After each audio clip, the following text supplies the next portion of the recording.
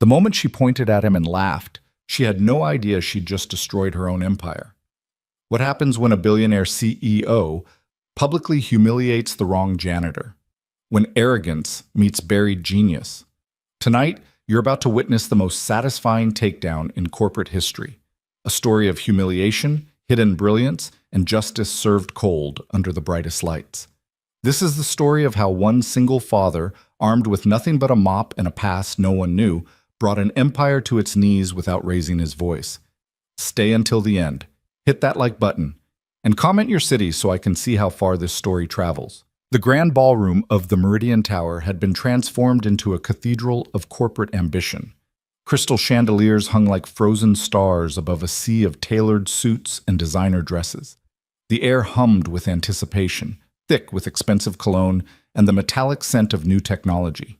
Camera crews from every major network had positioned themselves strategically, their lenses trained on the massive stage where polished chrome and brushed titanium reflected the carefully orchestrated lighting. This wasn't just another product launch. This was history in the making, or so everyone had been told. At the center of it all stood Victoria Chen. She moved across the stage like she owned not just the room, but the very oxygen people breathed.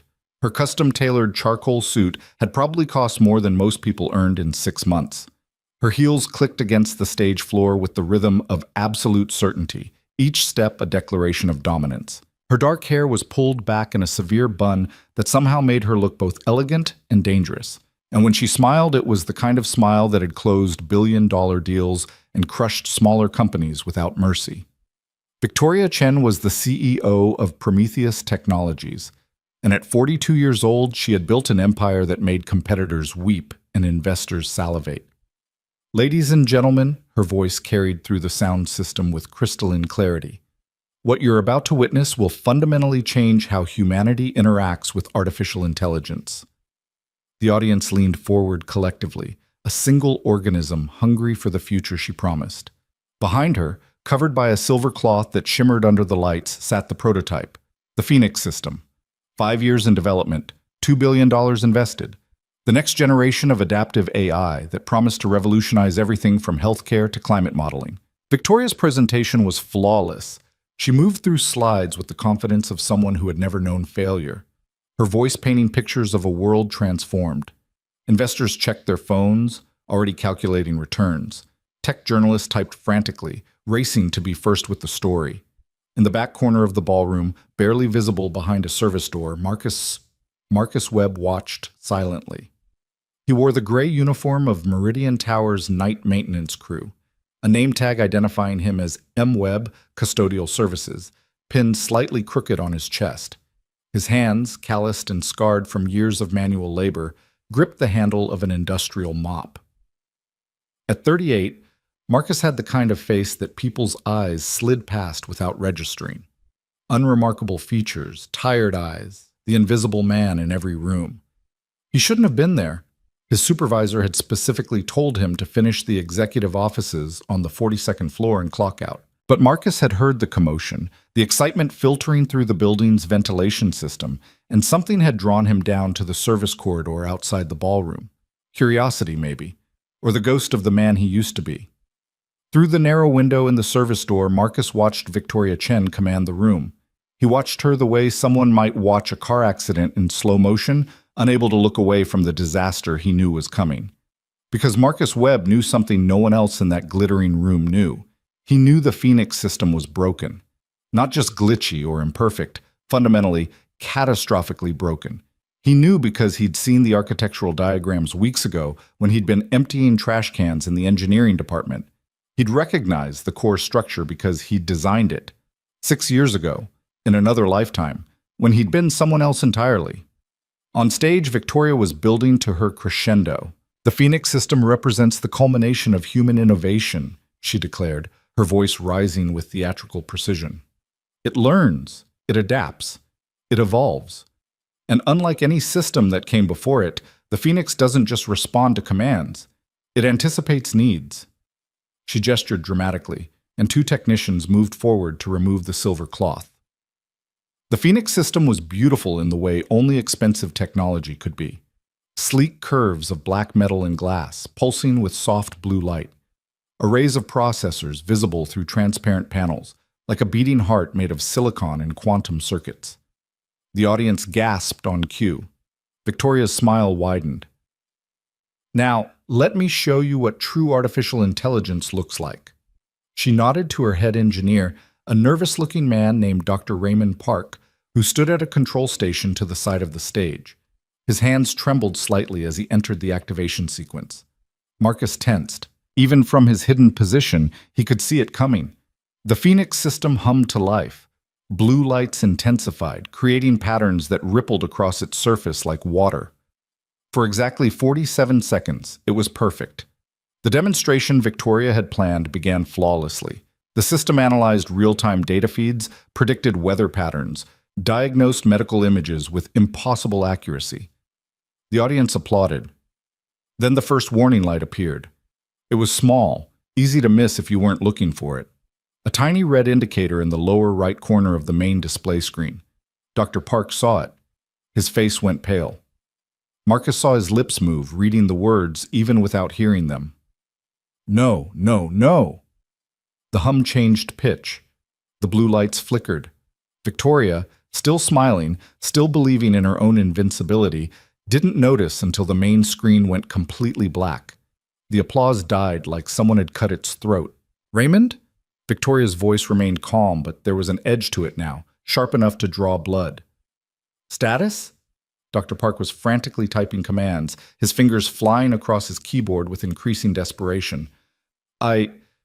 There's a cascade failure in the core processing array. I'm trying to isolate it, but... The Phoenix system let out a sound like electronic screaming. Every screen in the ballroom went haywire, data corrupted in real time, scrolling gibberish across displays. The beautiful pulsing lights turned angry red. Somewhere in the machine's depths, something sparked, sending a small plume of smoke into the air. Investors stood up. Journalists raised their cameras.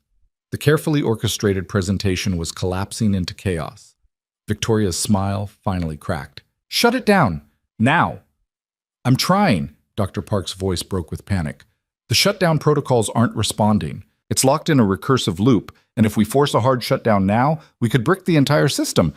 I don't care if you have to pull the plug with your teeth, Raymond. Stop this, now. But the Phoenix system had other plans. The screens began displaying error messages in rapid succession, each one more damning than the last. Critical failure. System integrity compromised. Fatal exception. Core architecture unstable. Marcus closed his eyes. He'd seen this exact failure mode before, modeled it, warned about it. 6 years ago, when people had still listened to him. On stage, Victoria Chen's carefully constructed world was crumbling. She could feel it, the shift in the room, the way investors were suddenly looking at their phones, the way her board members were avoiding eye contact. A $2 billion disaster playing out in real time, broadcast to the world. She needed to regain control, needed to show strength, needed to remind everyone who had the power here. Her eyes swept the ballroom, looking for something, anything to redirect the narrative. They found Dr. Park, still frantically typing useless commands. Found her board members already calculating how to protect themselves. Found investors, hands on their phones, probably calling their lawyers. Then her eyes found the service door. Found Marcus Webb, standing in the shadows in his gray uniform, watching. Victoria's mind made a calculation that took less than a second. She needed someone to blame, someone expendable, someone who could be sacrificed to show that she was still in command, still the one calling the shots. A janitor. Perfect. You. Her voice cut through the chaos like a blade. She pointed directly at Marcus. You there, in the maintenance uniform. Every head in the room turned. Marcus froze. For a moment, he considered simply backing through the service door, disappearing into the corridor, pretending he'd never been there. But it was too late. Cameras were already focusing on him. Security guards were moving to block the exits. Come here, Victoria commanded. It wasn't a request. Marcus felt something old and cold settle in his chest. He knew what was about to happen. Had seen it before in different forms.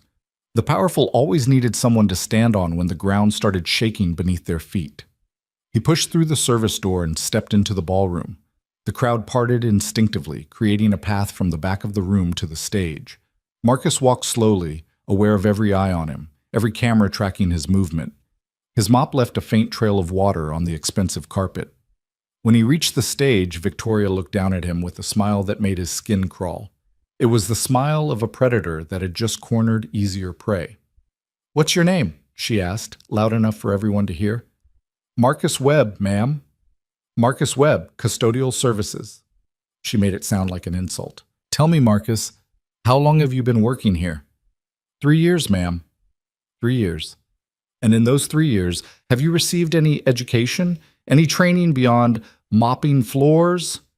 Scattered laughter rippled through the crowd, nervous laughter, grateful for any release of tension. Marcus kept his face neutral. "No, ma'am." Victoria spread her arms wide, addressing the audience as much as him.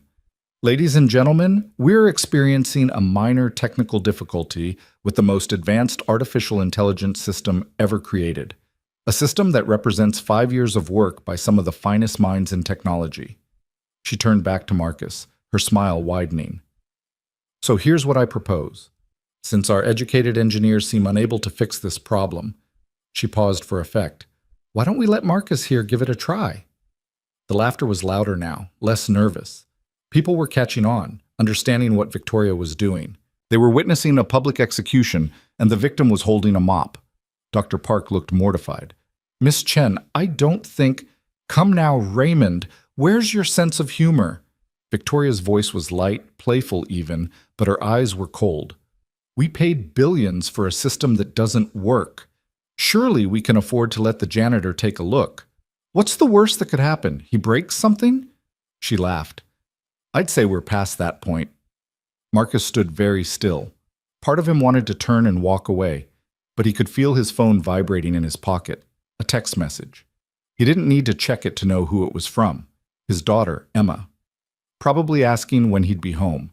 Emma, who was 8 years old and didn't know that her father had once been someone important, who thought he'd always been a janitor, had always struggled to make rent, had always come home smelling like industrial cleaner and broken dreams. Emma, who was the only reason he got up every morning and put on this gray uniform without complaint. Victoria was still talking, working the crowd. "In fact, I'll make this interesting. Marcus, if you can fix my system, I'll personally give you $10,000. She paused. "But when you can't, and we both know you can't, I want you to admit, in front of all these people, that you don't belong here, that you're exactly what you appear to be. Nothing." The ballroom had gone quiet again. This had stopped being funny. Now it was just cruel. Marcus looked up at her. Really looked at her. Saw the desperation hiding behind the arrogance. Saw someone who had climbed so high that the only direction left was down. And who would pull anyone else down with her to avoid the fall? He'd known people like Victoria Chen before. Had worked for them. Had been destroyed by them. "Ma'am," he said quietly, "I should get back to work. I have floors to clean." "Oh no, Marcus, I insist." Victoria's voice hardened. "Consider it a direct order. Fix it, or admit you can't. Those are your options." Security guards had moved closer, blocking the path to the door. Marcus realized, with a sinking feeling, that he genuinely didn't have a choice. Not if he wanted to keep his job. Not if he wanted to keep providing for Emma. He looked at the Phoenix system, at the failing screens and the red warning lights and the architecture he'd designed in another life, now corrupted and broken in ways he'd specifically warned against. Something shifted inside him, something that had been buried for 6 years under grief and fear and the weight of just surviving. He thought of Emma again, of the text message probably waiting in his phone, of the question she'd asked him last week. "Daddy, why do people treat you like you're invisible?" He told her that some people just needed to feel important by making others feel small, that it was their problem, not his. But standing on this stage under these lights, with cameras broadcasting his humiliation worldwide, Marcus realized something. His daughter was watching. Maybe not tonight, maybe not live, but someday she would see this. She would see her father accept humiliation without fighting back. She would learn that when powerful people push you down, you stay down. Is that the lesson he wanted to teach her? Marcus set down his mop. The handle clattered against the stage floor. "I'll need tools," he said. The laughter stopped completely. Victoria's smile flickered just for a moment. "I'm sorry?" "Tools, a diagnostic tablet, direct access to the core processing array." Marcus's voice was still quiet, but something in it had changed. "And everyone needs to step away from the system. Now!" Dr. Park stared at him. Who are you?" "Someone who knows what he's looking at," Marcus replied. He started walking toward the Phoenix system, not waiting for permission. His hands, which had spent 3 years gripping mops and scrub brushes, moved with sudden certainty toward the main control panel. "Stop him," Victoria said, but her voice had lost its edge. She suddenly looked uncertain, like she'd just realized she might have made a terrible mistake. Marcus didn't stop. He reached the control station where Dr. Park stood, and without asking, he took the diagnostic tablet from the engineer's hands. "The cascade failure started in the neural processing layer," Marcus said, his fingers already navigating through system menus that he shouldn't have known existed. "Someone tried to patch the core architecture with a hybrid processing model, but they didn't account for the quantum state decoherence in the subsidiary arrays." Dr. Park's mouth fell open. "How do you—" Marcus found what he was looking for. Lines of code that he'd written 6 years ago, now twisted and corrupted by people who had stolen his work but hadn't understood it. Looking at it was like seeing his own child disfigured. "The original architecture was designed with fail-safes," Marcus continued, his voice taking on a tone he hadn't used in years, the voice of someone who knew exactly what he was talking about. "But someone disabled them, probably to boost processing speed for this demonstration." He looked at Dr. Park, who had gone pale. "That was you, wasn't it? Push the system beyond safe parameters to make it look good for the cameras?" Dr. Park said nothing, but his silence was answer enough. Marcus turned back to the tablet. His fingers moved across the screen, typing commands that came back to him like muscle memory. 6 years ago, he could code in his sleep. Apparently, he still could. The ballroom had gone completely silent. Everyone was watching this man in a janitor's uniform dismantle a system that the best engineers in the world had declared unsalvageable. Victoria Chen stood frozen, her mind racing. Something was very wrong here. Janitors didn't talk about quantum state decoherence. They didn't navigate quantum computing interfaces like they'd designed them. "Stop," she said. "Stop right now. You're not authorized." "The authorization is already in the system," Marcus interrupted, not looking up from his work. "Legacy access. From the original architect." He paused. "That would be me." The room erupted. Journalists surged forward. Cameras zoomed in. Investors started shouting questions. Dr. Park stumbled backward, nearly falling off the stage. Victoria's face went through a series of expressions: confusion, disbelief, recognition, and finally, horror. "No," she whispered. "You can't be. You're dead." Marcus finally looked up at her, and when he smiled, it was sad and tired and completely without humor. "Not dead, just invisible. There's a difference." His fingers kept moving across the tablet even as he spoke. 6 years ago, I designed the core architecture for an adaptive AI system. I called it the Phoenix Project. I brought it to Prometheus Technologies as a contractor. Your company liked it so much, you decided to take it. He pulled up a file on the screen. Patent documents, original design specifications, all bearing a name that wasn't Marcus Webb. "Dr. Marcus Thorne," he said quietly. "That was my name. Before your legal team buried me. Before the threats. Before my wife died because we couldn't afford her medical treatment while I was fighting your lawyers." The truth hung in the air like smoke. Victoria's face had lost all color. "Security," but Marcus wasn't finished. His hands moved faster now, typing commands that began restructuring the entire system. The red warning lights started shifting to yellow, then green. "The Phoenix system isn't broken," Marcus said, his voice carrying clearly through the shocked silence. "It was just built by people who didn't understand what they'd stolen. The core architecture is sound, perfect even. I should know. I spent 2 years of my life designing it." The screens came back online, one by one. Data streams that had been corrupted moments ago now ran clean and clear. The Phoenix system's processors hummed with renewed purpose. the sound changing from distressed whining to a smooth, powerful purr. Dr. Park was staring at the displays in disbelief. That's impossible. We tried everything. You tried everything except understanding the system you were working with, Marcus said. He entered one final command. There. Core stability restored. Processing efficiency at 97%. All subsystems nominal. The Phoenix system blazed to life exactly as Victoria had promised it would. Beautiful. Flawless. Perfect. And everyone in that ballroom knew, without question, who had really created it. Marcus set down the tablet. His hands were shaking slightly, not from nerves, but from the simple act of doing what he'd been born to do, what he'd thought he'd never do again. The problem wasn't your engineers, he said, looking at Victoria.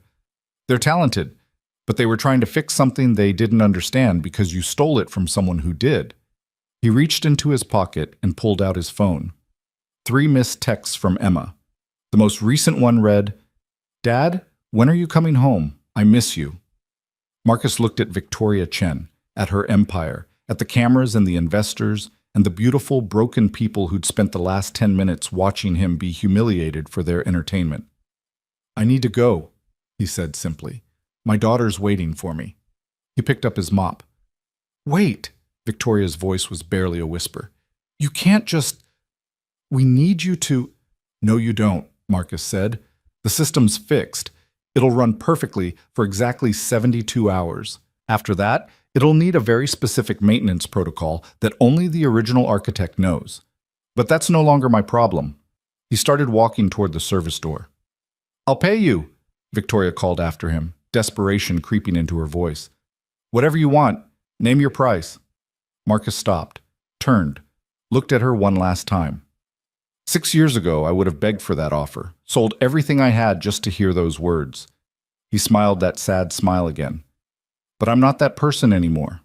I'm just the janitor, remember?" He walked through the service door and let it close behind him.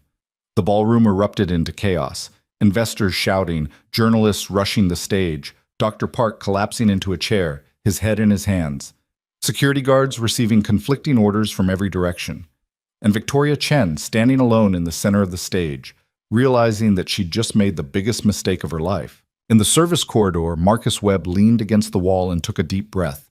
His heart was pounding. His hands were still shaking. 6 years of carefully maintained invisibility, blown apart in less than 20 minutes. He looked at his phone, at Emma's texts, at the picture she'd sent earlier, her holding up a drawing she'd made of the two of them together, smiling.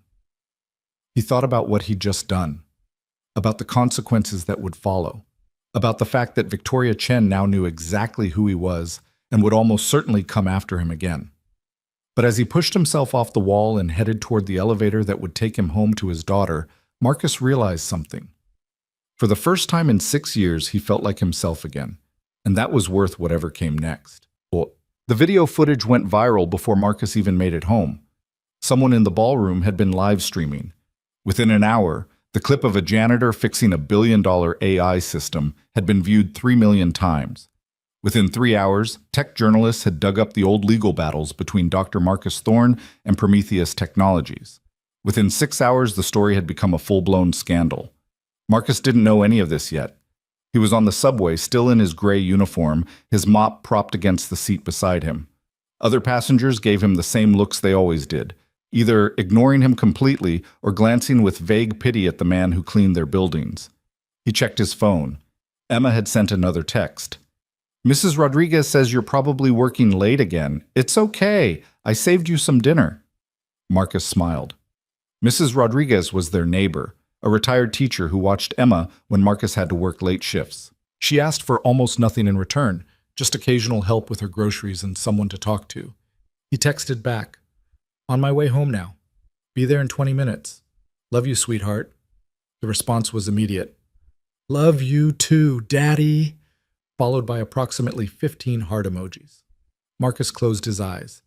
This was what mattered, not corporate boardrooms or stolen patents or public vindication. Just getting home to the 8-year-old girl who thought he hung the moon, even if all he did was clean floors. But even as he thought it, Marcus knew something had shifted tonight. He'd opened a door he'd sworn to keep closed, shown his face to people who'd thought they'd buried him. Victoria Chen knew he was alive now, knew where to find him, and people like Victoria Chen didn't forgive. They didn't forget. And they definitely didn't let go of the people who made them look weak in front of the world. The subway pulled into his stop. Marcus gathered his things and stepped onto the platform. Around him, people rushed past, staring at their phones, lost in their own worlds. On those phones, his face was spreading across the internet, his story, his past, his real name. But Marcus Webb, formerly Dr. Marcus Thorne, didn't know that yet. He was just a single father, heading home to his daughter, carrying a mop and the weight of what he'd just set in motion. The real storm was coming. He just didn't know it yet. The apartment was small, but Emma had made it home. Marcus unlocked the door to find construction paper taped to every available surface, drawings of princesses and dragons, families holding hands, rockets flying to improbable planets. The living room doubled as Emma's art studio, her bedroom, and Marcus's office, all crammed into 400 square feet of managed chaos. "Daddy!" Emma launched herself from the couch, a blur of wild brown curls and gap-toothed smile. She hit him at waist height with enough force to make him stagger. Marcus caught her, lifting her up despite the protest in his lower back. At 8 years old, she was getting too big for this, but he wasn't ready to stop yet. "Hey, sweetheart. Sorry I'm late. Mrs. Rodriguez let me stay up." Emma pulled back to study his face with serious brown eyes. "She said you had important work. Did you have to clean something really dirty?" "Something like that." Mrs. Rodriguez appeared in the doorway connecting their apartments, wiping her hands on a dish towel. She was 73, round and warm, with silver hair and the kind of smile that made you feel like you'd just come home after years away. "There's leftover chicken and rice in the fridge," she said. Emma ate enough for 2 children, as usual. "I was hungry," Emma protested. "You're always hungry, mija." Mrs. Rodriguez's eyes found Marcus, and something in her expression shifted. "You look tired, more than usual." Marcus set Emma down. "Long night." Mrs. Rodriguez didn't look convinced, but she didn't press. She'd learned years ago that Marcus Webb kept his troubles to himself. "Well, I'll let you two have your evening. Emma, remember what we talked about." I know. Homework before TV." After Mrs. Rodriguez left, Emma grabbed Marcus's hand and dragged him toward the kitchen table where her schoolwork lay scattered across the surface. "I need help with math," she announced. "We're doing multiplication, and Mrs. Patterson says I'm getting better, but I still don't understand why 6 times 7 is 42 when 6 plus 7 is only 13. Marcus sat down, grateful for the normalcy of it, for this simple problem that had a clear answer. "Let me see what you're working on." While Emma explained her homework with the intense seriousness only an 8-year-old could muster, Marcus's phone buzzed repeatedly in his pocket. He ignored it. Whatever was happening in the outside world could wait. This couldn't. 20 minutes later, after they'd conquered multiplication tables and Emma had shown him 3 different drawings she'd made at school, she finally asked the question he'd been dreading. "Daddy, why do you look sad?" Marcus glanced up from the dragon she'd drawn. It had 17 legs and breathed what appeared to be rainbow fire. "I'm not sad, sweetheart." "Yes, you are. You have your thinking face on. The one you get when you're worried about money." 8 years old, and she could read him like a book. Marcus set down the drawing.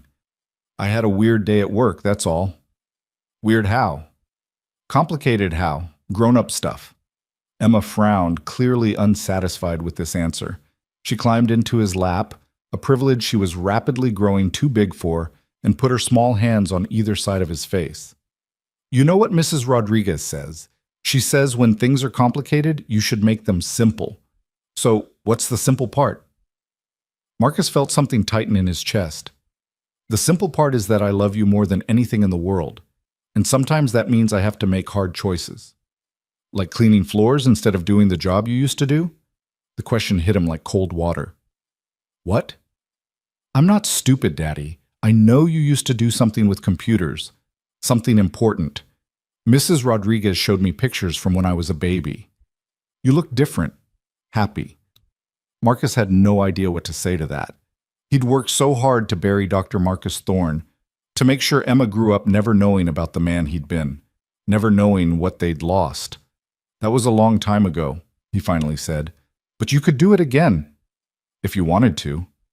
It's not that simple. Mrs. Rodriguez says you always say that. Emma's eyes were too knowing for her age. She says you're afraid. Mrs. Rodriguez talks too much.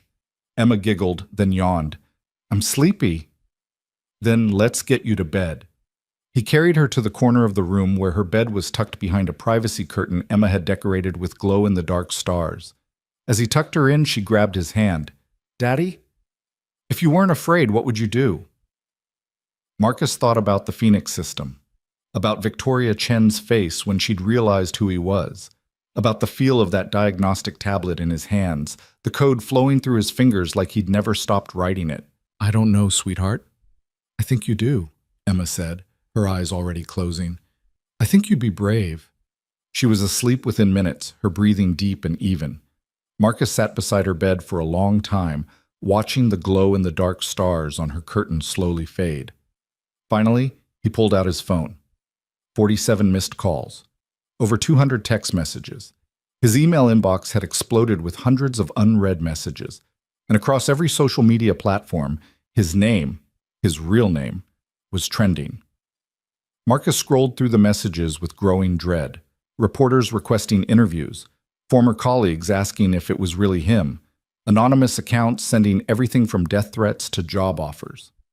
His hands shook as he opened a news article from Tech Insider. Janitor who fixed billion-dollar AI revealed as Dr. Marcus Thorne, presumed dead engineer. The article had everything.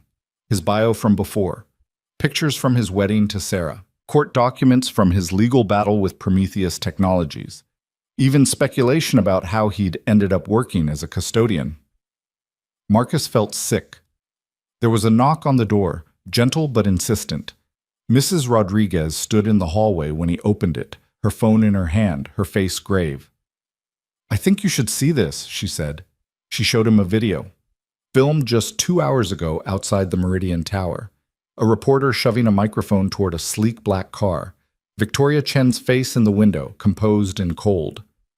Ms. Chen, what's your response to the revelation that Marcus Webb is actually Dr. Marcus Thorne?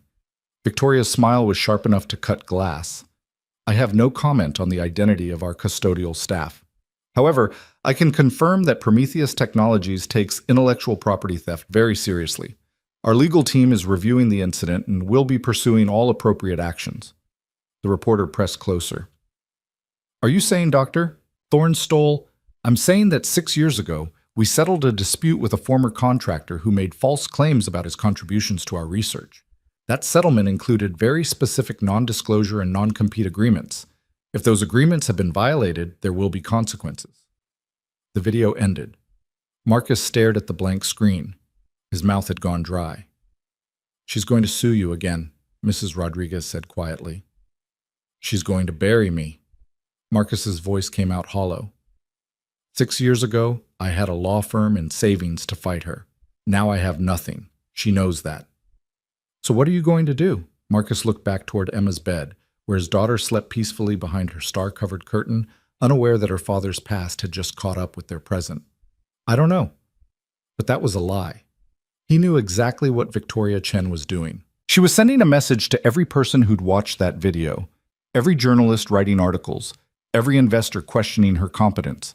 She was reminding the world who had the power, and she was making sure Marcus Webb understood that showing his face had consequences. The next morning arrived too quickly and brought reporters with it. Marcus discovered them when he opened his apartment door at 6 a.m. to head to work.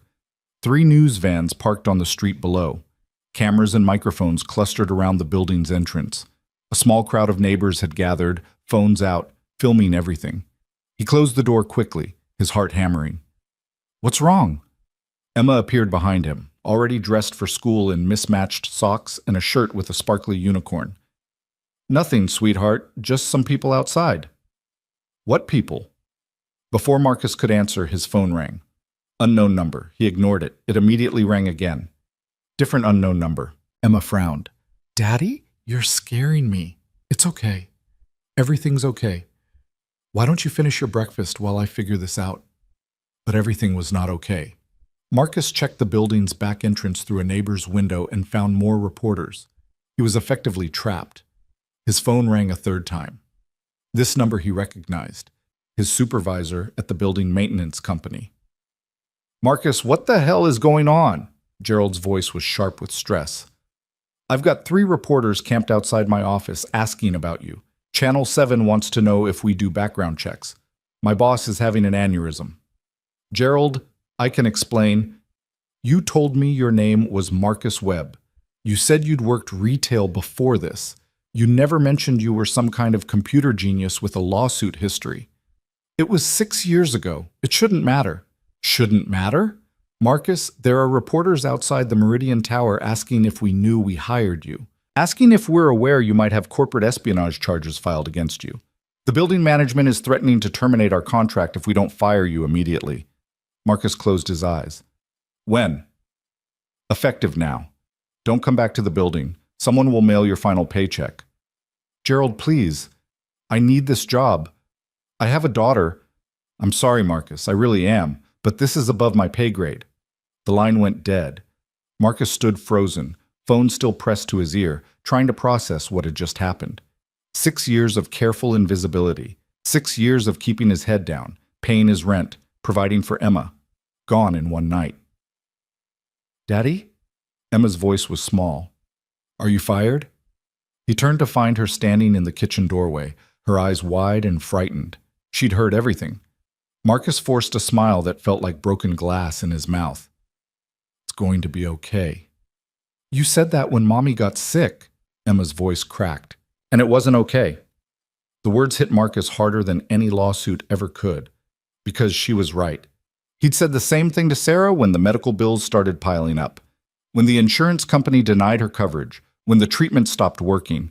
He'd promised it would be okay right up until the moment she died in a hospital bed they couldn't afford, holding his hand and whispering that she was sorry for leaving them. "Emma, I don't want to move again. I like my school. I like Mrs. Rodriguez. I like our apartment, even though it's small." Tears were streaming down her face now. "Why can't you just be normal? Why can't you just clean floors and come home and not make everything complicated?" She ran to her bed and disappeared behind the curtain. Marcus started to follow her, then stopped. What could he say? That she was wrong? She wasn't. That he'd made the right choice last night? He wasn't sure anymore. His phone buzzed with a text from Mrs. Rodriguez. "I can hear everything through the wall. I'm taking Emma to school. You need to deal with this." 10 minutes later, Mrs. Rodriguez arrived with her stern face on. She didn't say a word to Marcus, just collected Emma, who was still crying, and guided her out the back entrance where the reporters couldn't see. Alone in the apartment, Marcus finally let himself fall apart. He sat on the floor surrounded by Emma's drawings and cried for the first time since Sarah's funeral. Cried for the life they'd lost, for the future that was falling apart again, for the look in his daughter's eyes when she'd asked why he couldn't just be normal. When the tears finally stopped, Marcus's phone was ringing again. He almost ignored it, but the caller ID made him pause. Leonard Briggs. A name from his old life. They'd worked together years ago, before Prometheus, before everything fell apart. Len had been a mentor, a friend, someone Marcus trusted completely. Marcus answered. "Len?" "Marcus." "Jesus Christ, is it really you?" Len's voice was exactly as Marcus remembered, rough and warm like good whiskey. "I saw the videos. I couldn't believe it. We all thought you were dead. Or at least out of the country somewhere, living under a rock. Living in a 400-square-foot apartment in Queens, actually, working as a janitor." "I saw that too." "Marcus, what the hell happened to you?" So Marcus told him. Not all of it. The wound was too fresh, too raw, but enough. About Sarah's death. About choosing Emma over fighting Prometheus. About 6 years of cleaning floors and staying invisible. Len listened without interrupting. When Marcus finished, there was a long silence. "You still have the original Phoenix files?" Len finally asked. "Everything, backed up in 3 separate locations. I wasn't stupid enough to give them everything." "Then you have leverage." "Len, I can't go through this again. Last time almost destroyed me. This time it would destroy Emma. Last time you were alone, fighting a corporation with unlimited resources. This time is different." "How?" Because this time you have proof. You have the video from last night showing you fixing their system. You have public opinion on your side. And Marcus? Len's voice softened. This time, you have me. Marcus felt something shift in his chest. What are you saying? I'm saying I've got connections. Lawyers who work on contingency, journalists who'd love to tear down Victoria Chen, and I've got resources you didn't have 6 years ago. I've been building my own firm, Marcus, small but legitimate. We could use someone with your brain. I can't afford legal fees. You're not listening. I'm offering you a job, not charity, a real position with a real salary. You work for me, help me with some projects I've got running, and in exchange I help you fight Prometheus. We do this right this time. Marcus wanted to believe him, wanted it so badly it hurt. And if we lose, then at least you'll go down fighting instead of hiding. Through the window, Marcus could see the reporters still clustered below, waiting for him to emerge. Vultures circling wounded prey. I need to think about it, Marcus said. Think fast. Victoria Chen doesn't wait, and neither does the news cycle. By tomorrow, this story will be old news unless you give them something new. Make them care, Marcus. Remind the world why you matter. After they hung up, Marcus sat in the silence of his empty apartment. Emma's drawings stared at him from every wall. Princesses and dragons, families holding hands. A child's vision of a world where good always won and fathers were heroes. His phone buzzed again. Another message. But this one wasn't from a reporter or a lawyer or an old colleague. It was from Emma, sent from Mrs. Rodriguez's phone. I'm sorry I said you weren't normal. Mrs. Rodriguez says you're extraordinary, and I should be proud. Are you okay, Daddy? Marcus stared at the message for a long time. Then he looked around the apartment at everything they'd built together from nothing, at the life they'd created from the ashes of the one they'd lost. Emma had asked him what he would do if he wasn't afraid. Maybe it was time to find out. He texted back, I'm okay, sweetheart, and I'm going to fix this, I promise. Then he opened his laptop, ancient, held together with duct tape and hope, and began pulling up files he hadn't touched in 6 years. The original Phoenix architecture, development notes, patent applications that had been filed in his name before Prometheus had found ways to steal them. Evidence. Marcus worked through the morning, organizing everything, building a timeline. Around noon, there was a knock on his door. He expected reporters. Instead, he found a well-dressed man in his 50s holding a briefcase. Dr. Thorne? I'm Richard Palmer. Leonard Briggs sent me. I'm an intellectual property attorney, and I'd like to discuss representation. Marcus stared at him. Len works fast. He said you were in trouble and needed help immediately. He also said you'd probably try to refuse out of pride, so I should tell you that I'm working pro bono until we secure a settlement. After that, I take 20%. If we lose, you owe me nothing. Why would you do that? Richard smiled. Because Victoria Chen has spent 15 years crushing smaller companies and independent contractors. Someone needs to remind her that theft has consequences. He paused. Also, I really hate bullies. May I come in? They spent the next 3 hours reviewing Marcus's files. Richard's eyes got wider with each document. This is airtight, he said finally. Dr. Thorne, you didn't just contribute to the Phoenix project. You created it whole cloth. Every major innovation, every core algorithm, it's all yours. Prometheus didn't just steal your work. They stole your entire intellectual legacy. Can we prove it in court? With this? Absolutely. But going to court could take years. There's another option. Which is? We go public.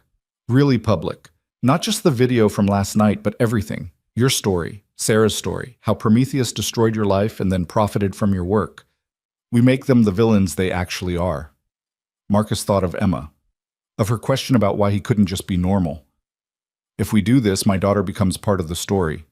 Her life gets exposed. Only as much as you allow. We can protect her privacy while still telling the truth. Richard leaned forward. Dr. Thorne, you have a choice. You can disappear again. Try to find another janitorial job, spend the rest of your life hiding from who you are. Or you can stand up and fight, not just for yourself, but for every other person Victoria Chen has crushed under her designer heels. And if we lose, then at least you'll have tried.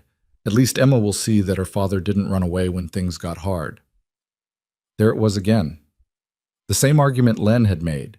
The same question Emma had asked. What would you do if you weren't afraid? Marcus looked around his apartment one more time, at the drawings, at the life they'd built, at everything he stood to lose. Then he thought about the look on Victoria Chen's face when she'd pointed at him, when she'd called him nothing, when she'd tried to humiliate him in front of the world simply because she could.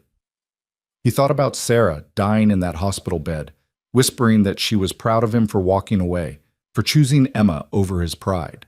But she'd also made him promise something else in those final moments.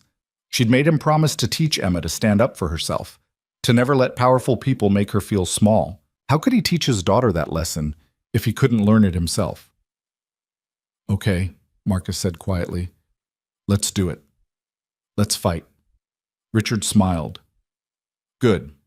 Because Leonard's already scheduled a press conference for tomorrow morning. He figured you'd say yes. He what? Welcome back to the world, Dr. Thorne. You're going to need to get used to people having faith in you again. That evening, when Emma came home from school, she found Marcus at the kitchen table, surrounded by papers and laptop screens, working the way she'd never seen him work before. Not tired, not defeated, alive. She climbed into his lap without asking. What are you doing? Fighting back, Marcus said, like you told me to. Being brave. Emma studied the screens, not understanding any of it, but somehow getting it anyway. Are we going to be okay? Marcus held her close, breathing in the smell of her strawberry shampoo and the crayons she kept in her backpack. I don't know, he said honestly, but I'm going to try. Is that enough? Emma thought about it seriously. Then she nodded. Mrs. Rodriguez says trying is the same as hoping, and hoping is what brave people do. Mrs. Rodriguez is very wise. She also says Victoria Chen is a word I'm not allowed to say. Marcus laughed despite everything. What word? A bad one. But she's right. That night, after Emma was asleep, Marcus stood at his window watching the reporters finally pack up and leave. Tomorrow would bring new challenges, new battles, new risks. But for the first time in 6 years, Marcus Thorne felt like himself again. And he was done hiding. The press conference was scheduled for 10 a.m. at Leonard Briggs's office in Manhattan, but Marcus woke at 4, unable to sleep. He sat in the darkness of his apartment, listening to Emma's breathing from behind her curtain, trying to remember who Dr. Marcus Thorne had been before fear had turned him into Marcus Webb. Richard Palmer had sent over talking points the night before, key messages, ways to frame the narrative. But Marcus kept thinking about what Len had said on the phone. Make them care. Remind the world why you matter. The problem was, Marcus wasn't sure he mattered anymore. Wasn't sure he ever had. By 6 a.m., he was showered and dressed in the only suit he owned, purchased from a thrift store 3 years ago for a parent-teacher conference. It hung loose on his frame. He'd lost weight working manual labor, but it was clean and pressed. Mrs. Rodriguez had insisted on ironing it herself the night before, muttering in Spanish about proper presentation. Emma emerged from behind her curtain at 7, already awake, watching him with those 2 serious eyes. You look different, she said. Good different or bad different? She tilted her head, considering. Like you're going somewhere important. I am. I'm going to tell the truth. Will people listen? Marcus knelt down to her level. I don't know, sweetheart, but I have to try. Emma wrapped her arms around his neck, holding tight. Don't let them make you feel small again, Daddy. You're not small. You're the biggest person I know. Something broke open in Marcus's chest, something that had been locked tight for 6 years. He held his daughter and let himself believe for just a moment that she might be right. Mrs. Rodriguez arrived at 7:30 to take Emma to school. She looked Marcus up and down, then nodded with fierce approval. You look like a man with a purpose, she said. Go show them who you really are. The ride into Manhattan felt surreal. Marcus took the subway, same as always, but everything looked different. People scrolled through their phones, and Marcus wondered how many of them had seen the video. How many knew his face? How many cared? At a transfer station, a young woman glanced up from her phone, then did a double take. She stared at Marcus for a long moment before leaning over to whisper to her friend. Both of them looked, pointed. Marcus felt his face flush. This was what visibility meant: being seen, being recognized, being vulnerable. He almost got off at the next stop, almost turned around and went home. But then he thought of Emma saying, "You're the biggest person I know," and he stayed on the train. Leonard Briggs's office was in a modest building in Midtown, nothing like the glass towers of Prometheus Technologies. The lobby was clean but simple, the elevator old but functional. When Marcus stepped out on the 8th floor, he found Len waiting.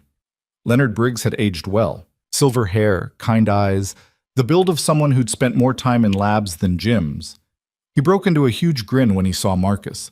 There he is, the man who broke the internet. They embraced, and Marcus felt 6 years of isolation crack just a little bit more. "I still can't believe you're doing this, Len." "Believe it! Come on, everyone's waiting." The conference room was larger than Marcus expected, already filling with people. Richard Palmer stood near the front, reviewing notes. A woman with a camera was setting up equipment. 2 younger people, probably paralegals or assistants, arranged chairs. And in the corner, looking slightly out of place, stood a man Marcus didn't recognize. Late 20s, wearing jeans and a blazer, notebook in hand. "That's Jason Park," Len said quietly. "Investigative journalist. He's been covering Prometheus Technologies for 3 years. When he heard about your case, he reached out, asked if he could attend." "A journalist?" "One of the good ones. Trust me." Richard approached, looking sharp in his courtroom suit. "Dr. Thorne. Ready?" Marcus wanted to say no, wanted to run. Instead, he nodded. "Good. Here's how this works. I'll make a brief statement establishing the facts. Then you speak. Tell your story. Be honest, be emotional, be real. Don't worry about sounding polished. People connect with authenticity." "What if I freeze?" "Then I'll step in, but you won't freeze. You fixed a $1 billion AI system in front of 500 people without breaking a sweat. You can handle a few reporters." By 9:45, the room was packed. Cameras from 6 different networks, reporters from major publications, even a few bloggers and independent journalists. The air hummed with anticipation and the smell of coffee and ambition. Jason Park caught Marcus's eye and gave him a small nod. Something about it felt like permission. At exactly 10 a.m., Richard stepped up to the microphone. "Thank you all for coming. My name is Richard Palmer, and I represent Dr. Marcus Thorne in a case of intellectual property theft against Prometheus Technologies." The room erupted with the click and flash of cameras. Richard held up a hand. "I'll make a brief statement, then Dr. Thorne will speak. There will be time for questions afterward." He laid out the facts with surgical precision. The original Phoenix project, Marcus's work as an independent contractor, Prometheus's systematic theft of his research, the legal battle that had destroyed Marcus's life, Sarah's death, the settlement agreement that had essentially bought Marcus's silence. "For 6 years," Richard said, his voice hardening, "Dr. Thorne lived in poverty and anonymity while Prometheus Technologies profited from his work. They built an empire on stolen innovation. And when Dr. Thorne accidentally revealed himself 3 nights ago, their first response was not apology or acknowledgement. It was threat." He stepped aside. "Dr. Thorne?" Marcus stood on shaking legs and approached the microphone. Every camera swung toward him, every eye locked on his face. The weight of their attention was crushing. He gripped the podium to steady himself. "My name is Marcus Thorne," he began, his voice barely above a whisper. Someone adjusted the microphone. 6 years ago, I was a research engineer with a wife and a 2-year-old daughter. I had created something I believed would change the world, an adaptive artificial intelligence system that could learn and evolve in ways no previous technology could. The words came easier now, muscle memory of who he used to be. I brought that technology to Prometheus Technologies as a contractor. I was excited, naive. I believed that innovation mattered more than office politics, that good work would speak for itself. He paused, gathering strength. I was wrong. Within 6 months, Prometheus had systematically removed my name from every patent application, every research paper, every line of code. When I objected, their lawyers buried me in paperwork. When I fought back, They made my life hell. Marcus's hands tightened on the podium. My wife, Sarah, was battling cancer. We were drowning in medical bills. Prometheus's legal team knew this. They used it. They dragged out proceedings, filed motion after motion, burned through what little money we had left. They knew I couldn't afford to keep fighting. His voice cracked. He didn't try to hide it. Sarah died while I was still fighting them. Died because we had to choose between her treatment and legal fees. I was holding her hand when she passed, and the last thing she said to me was, "Take care of Emma." Not win the case, not make them pay, just take care of our daughter. The room had gone completely silent. Even the cameras had stopped clicking. So I settled. I signed their non-disclosure agreement. I took their money, barely enough to cover Sarah's funeral, and I disappeared. I changed my name, moved to a different borough, and got the only job I could find that didn't require references or background checks. I became a janitor. Marcus looked directly into the nearest camera. For 6 years, I mopped floors in the same building where my work was being displayed in boardrooms. I cleaned offices where executives discussed quarterly earnings built on technology I created. I emptied trash cans filled with printouts of my own code. And I stayed silent because I had a daughter to feed and a promise to keep. He pulled a photo from his pocket. Emma, gap-toothed and grinning, holding up one of her drawings. This is Emma. She's 8 years old. She thinks I've always been a janitor. She doesn't know that her father used to build things that mattered. She doesn't know because I was too afraid to tell her, too broken to fight back. Marcus set the photo on the podium. 3 nights ago, Victoria Chen pointed at me in front of 500 people and decided to humiliate me for entertainment. She had no idea who I was. To her, I was just the help. Someone she could use to deflect from her own failure. His voice grew stronger. But when I fixed that system, when I showed the world that I still knew my own work better than the people who stole it, something changed. Not just for me, for everyone watching. Because how many of you have been made to feel invisible? How many have been told you don't matter because you don't have the right job or the right credentials or the right connections? Reporters were leaning forward now, captivated. Prometheus Technologies didn't just steal my work. They stole my identity, my purpose, my ability to provide for my family. And when I dared to show my face again, their first instinct was to threaten me with more lawsuits, to remind me that they have power and I have nothing. Marcus's hands were steady now, his voice clear. But they're wrong. I have evidence. I have the truth. And I have a daughter who deserves to see her father stand up for himself instead of hiding from his own shadow. He looked around the room, making eye contact with as many reporters as he could. So I'm here to say this publicly. I created the Phoenix system, every core algorithm, every innovation, every breakthrough. It came from my research, my work, my mind. Prometheus Technologies built their empire on stolen ground, and I'm taking it back. The room exploded. Questions shouted from every direction, cameras flashing like lightning. Richard stepped up to manage the chaos, but Marcus remained at the podium, letting the storm wash over him. Jason Park raised his hand, and Richard pointed to him. Dr. Thorne, what do you hope to achieve with this lawsuit? Marcus considered the question. I want my work credited correctly. I want Prometheus Technologies to acknowledge what they did. And I want other people who've been crushed by corporations to know they're not powerless. Another reporter. What about financial compensation? Whatever the courts decide is fair, but money was never the point. The point is truth. Ms. Chen claimed you violated your settlement agreement. How do you respond? Marcus smiled grimly. The settlement required me not to disparage Prometheus or claim credit for their work. But fixing a system that was publicly failing isn't disparagement. It's fact. And if they want to argue that protecting their reputation is more important than acknowledging reality, let them make that case in court. What about your daughter? How has this affected her? Marcus's expression softened. Emma is the reason I'm here. She asked me what I would do if I wasn't afraid. This is my answer. The questions continued for 30 minutes. Marcus answered each one honestly, sometimes painfully so. When Richard finally called an end to the conference, reporters swarmed forward, still shouting questions. Len and Richard flanked Marcus, guiding him toward a side door, but before they could escape, Jason Park intercepted them.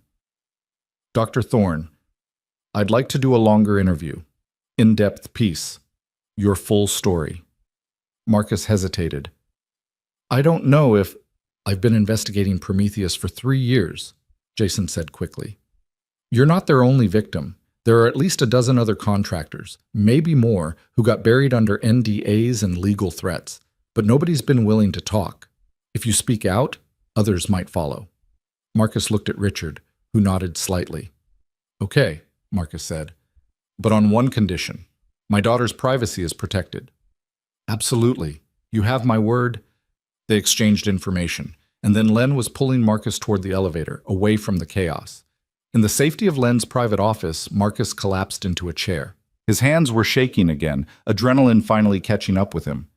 You did good, Len said, pouring him a glass of water. Really good. That wasn't just a press conference. That was a declaration of war. Did I make a mistake? Are you kidding? You just became the biggest story in tech. By tonight, everyone will know your name. Prometheus can't hide anymore. Chen can't hide. Richard entered, phone pressed to his ear, talking rapidly. When he hung up, he was grinning. That was the New York Times. They want to run your story tomorrow, front page of the business section. Also, I've had 3 calls from other attorneys offering support, 2 from former Prometheus contractors who want to talk, and 1 very angry message from Prometheus's legal team demanding we cease and desist. Marcus felt dizzy. This is really happening. This is really happening, Richard confirmed. And Marcus, we're going to win. But before Marcus could respond, his phone rang. Unknown number. He almost ignored it, but something made him answer. Dr. Thorne? A woman's voice, professional and cold. This is Amanda Reeves, Senior Counsel for Prometheus Technologies. I'm calling to inform you that we're filing a lawsuit for breach of contract, theft of trade secrets, and defamation. You'll be served with papers within 48 hours. Marcus put the phone on speaker so Richard could hear. We expected this, Ms. Reeves, Richard said smoothly, and we look forward to discovery. I'm sure our forensic examination of Prometheus's development files will be very illuminating. There was a brief pause. This doesn't have to go to court, Mr. Palmer.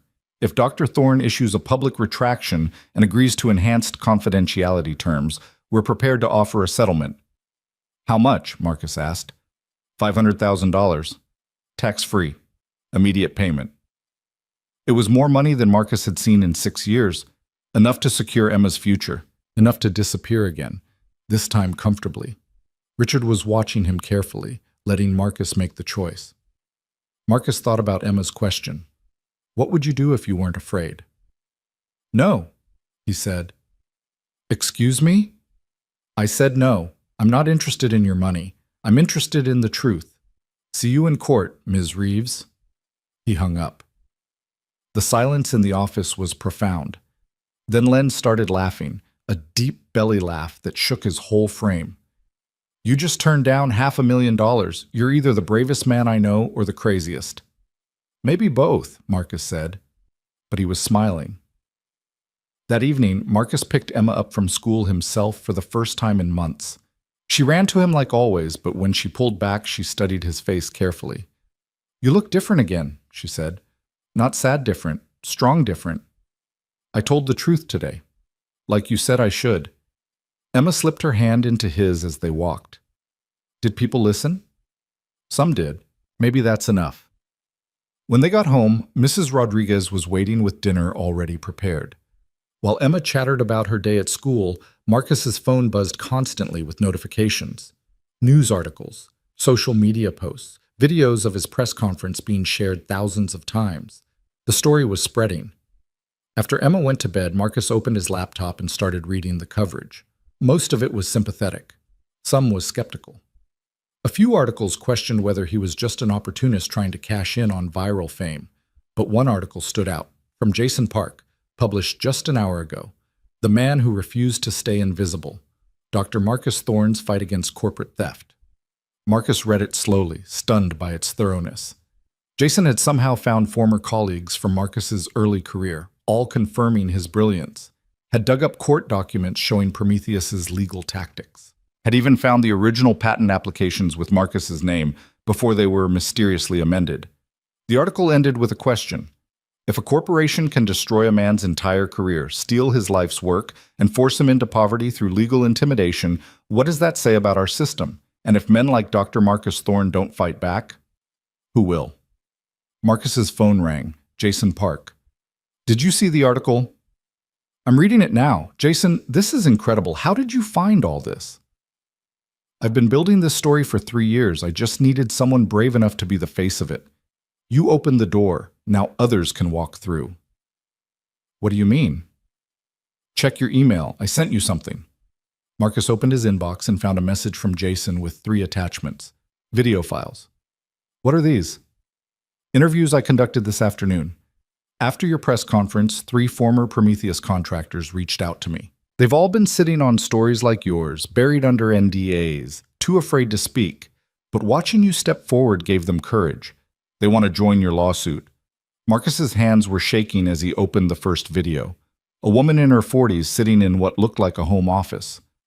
My name is Dr. Jennifer Wu, and Prometheus Technologies stole my research on quantum encryption. The second video, a young man, barely 30, nervous but determined. I developed their biometric security protocols. They offered me a job, took my work, then fired me and threatened legal action when I objected. The third video, an older man, gray-haired and tired. I gave them 15 years, built their entire network infrastructure. When I asked for proper credit, they destroyed my reputation. Marcus watched all 3 videos with tears running down his face. He wasn't alone, had never been alone, just isolated by fear and shame and NDAs designed to keep victims silent. Jason, he said when he could speak again, what do we do with this? I publish it tomorrow. And we let the world see that Dr. Marcus Thorne isn't an outlier. He's a pattern. Prometheus will come after all of us. Let them try. It's one thing to crush a single contractor. It's a lot harder to crush a dozen people telling the same story. After they hung up, Marcus sat in the darkness of his apartment and let himself feel something he hadn't felt in 6 years. Hope. The next morning, Jason's article went live at 6 a.m. By 8, it had been shared over 50,000 times. By noon, Victoria Chen's face was on every news channel, reporters shoving microphones at her, demanding comment. Marcus watched the coverage from Len's office, surrounded by Richard and a growing team of attorneys who'd volunteered their services. On screen, Victoria Chen stood outside Prometheus headquarters, composed as always, her smile sharp and cold. These allegations are baseless and motivated by financial gain. Prometheus Technologies has always valued innovation and protected the intellectual property of our partners. If individuals feel they haven't been properly credited, we have internal processes to address those concerns. A reporter interrupted. Ms. Chen, Dr. Thorne has evidence showing he created the Phoenix system. How do you respond? I respond by saying that collaboration is complex. Many people contribute to large projects. We've always been transparent about our development process. What about the other contractors coming forward? Are they all lying? For just a moment, Victoria's mask slipped. Marcus saw it, a flash of panic, quickly suppressed. I have no comment on individuals who violate confidentiality agreements for attention. Now, if you'll excuse me, I have a company to run. She disappeared into the building, but not before cameras caught something that would become its own viral moment. Her hands were shaking. Richard muted the television. She's scared. You saw it. We all saw it. Scared people are dangerous, Marcus said. So are people with nothing to lose. And Marcus, you just gained yourself a whole lot of allies who have nothing to lose either. Over the next week, the story exploded beyond anything Marcus could have imagined. More contractors came forward. Former Prometheus employees leaked internal documents showing a pattern of IP theft. Investors started asking questions. The stock price began to drop. And through it all, Marcus went back to being a father. He picked Emma up from school, helped with homework, made dinner, read bedtime stories. But now, when she asked about his day, he could tell her the truth. I'm fighting back, sweetheart, just like you told me to. Are you winning? Marcus thought about Victoria Chen's shaking hands, about the allies standing beside him, about the truth finally seeing daylight after 6 years of darkness. I think maybe I am. 2 weeks after the press conference, Marcus received a package at his apartment. No return address. Inside was a single sheet of paper, a resignation letter. Victoria Chen had stepped down as CEO of Prometheus Technologies, effective immediately. Marcus sat on his floor surrounded by Emma's drawings and stared at the letter for a long time. He'd won, not in court, that battle was still coming, but in the way that mattered most. Victoria Chen had blinked first. His phone rang. Richard Palmer, voice tight with excitement. Marcus, they want to settle. Full acknowledgement of your work, restoration of your name on all patents, and $50 million. $50 million. A number so large Marcus couldn't even process it. What do I do? That's up to you. But Marcus, you won. You stood up, you fought back, and you won. Marcus looked around his tiny apartment. At Emma, doing homework at the kitchen table. At Mrs. Rodriguez, knitting in the corner and pretending not to listen. At the life they'd built from nothing. He thought about what Len had said. Make them care.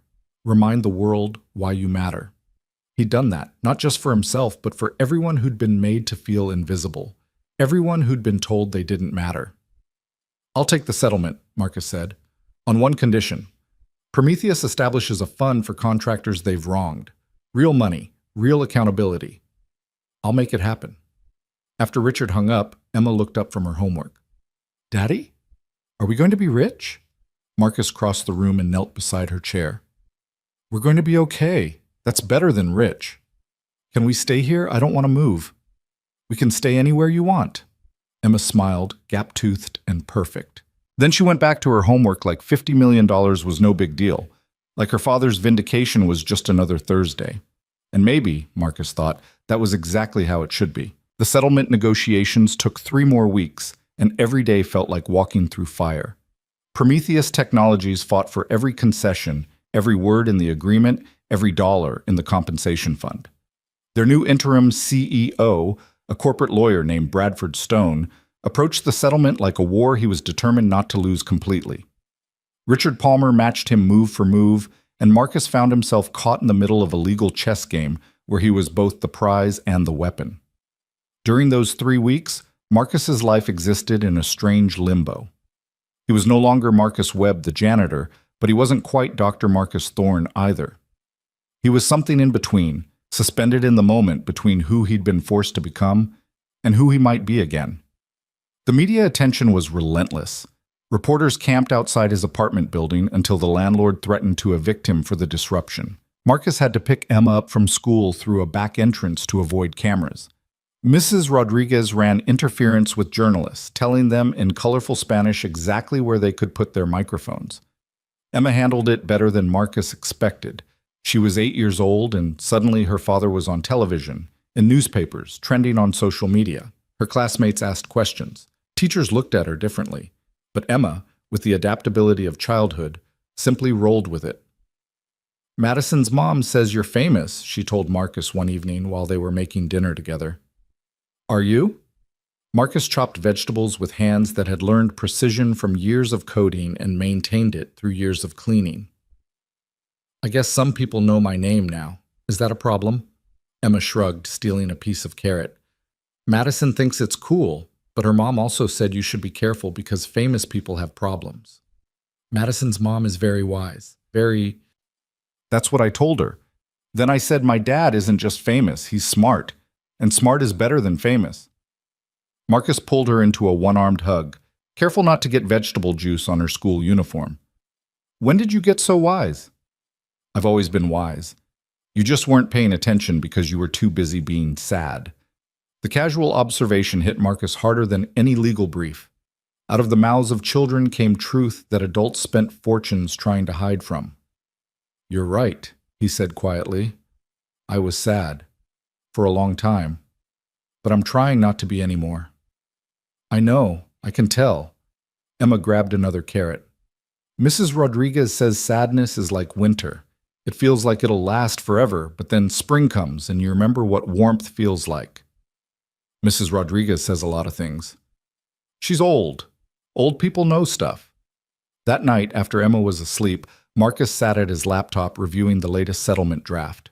$50 million still seemed like a fictional number, something from someone else's life. But Richard had broken it down into real terms. Emma's education fully funded through graduate school, a house with enough bedrooms that she wouldn't have to sleep behind a curtain, security, stability, the ability to never worry about choosing between medical bills and rent. But it was the other part of the settlement that mattered most to Marcus, the contractor compensation fund. $25 million set aside for other people Prometheus had wronged, administered by an independent committee. It wouldn't undo the damage, but it was acknowledgement. Prometheus Technologies would have to admit in legally binding language that they had systematically exploited contractors and stolen intellectual property. Victoria Chen had built an empire on theft, and now that empire was being forced to pay for it. Marcus's phone buzzed. A text from Jason Park. "You watching the news?" Marcus turned on the television to find Victoria Chen's face filling the screen. Not a live interview, this was archived footage from her depositions, leaked to the press. Someone inside Prometheus was burning the place down from the inside. "I don't recall the specific details of Dr. Thorne's contract," Victoria was saying on screen, her composure cracking under questioning. "That would have been handled by our legal department." "But you were CEO at the time, Ms. Chen. Surely you were aware of major IP acquisitions." "We acquire technology from many sources. I can't be expected to remember every contractor." "Even one who claims you stole his life's work?" Victoria's jaw tightened. "Dr. Thorne signed a settlement agreement. His claims were without merit." "Then why did you settle?" "To avoid the cost of prolonged litigation." "Not because his claims had validity?" "I've already answered that question." The interviewer pressed harder. "Ms. Chen, we have documentation showing that you personally approved the removal of Dr. Thorne's name from patent applications. How do you explain that?" For the first time, Victoria looked directly into the camera, and Marcus saw something in her eyes he recognized. Fear. The same fear he'd lived with for 6 years. "I acted on the advice of counsel," she said coldly. "Everything I did was within my legal rights as CEO." The news anchor came back on screen talking about the ongoing scandal, but Marcus muted it. He'd seen enough. His phone rang. Leonard Briggs. "You see it?" Len asked.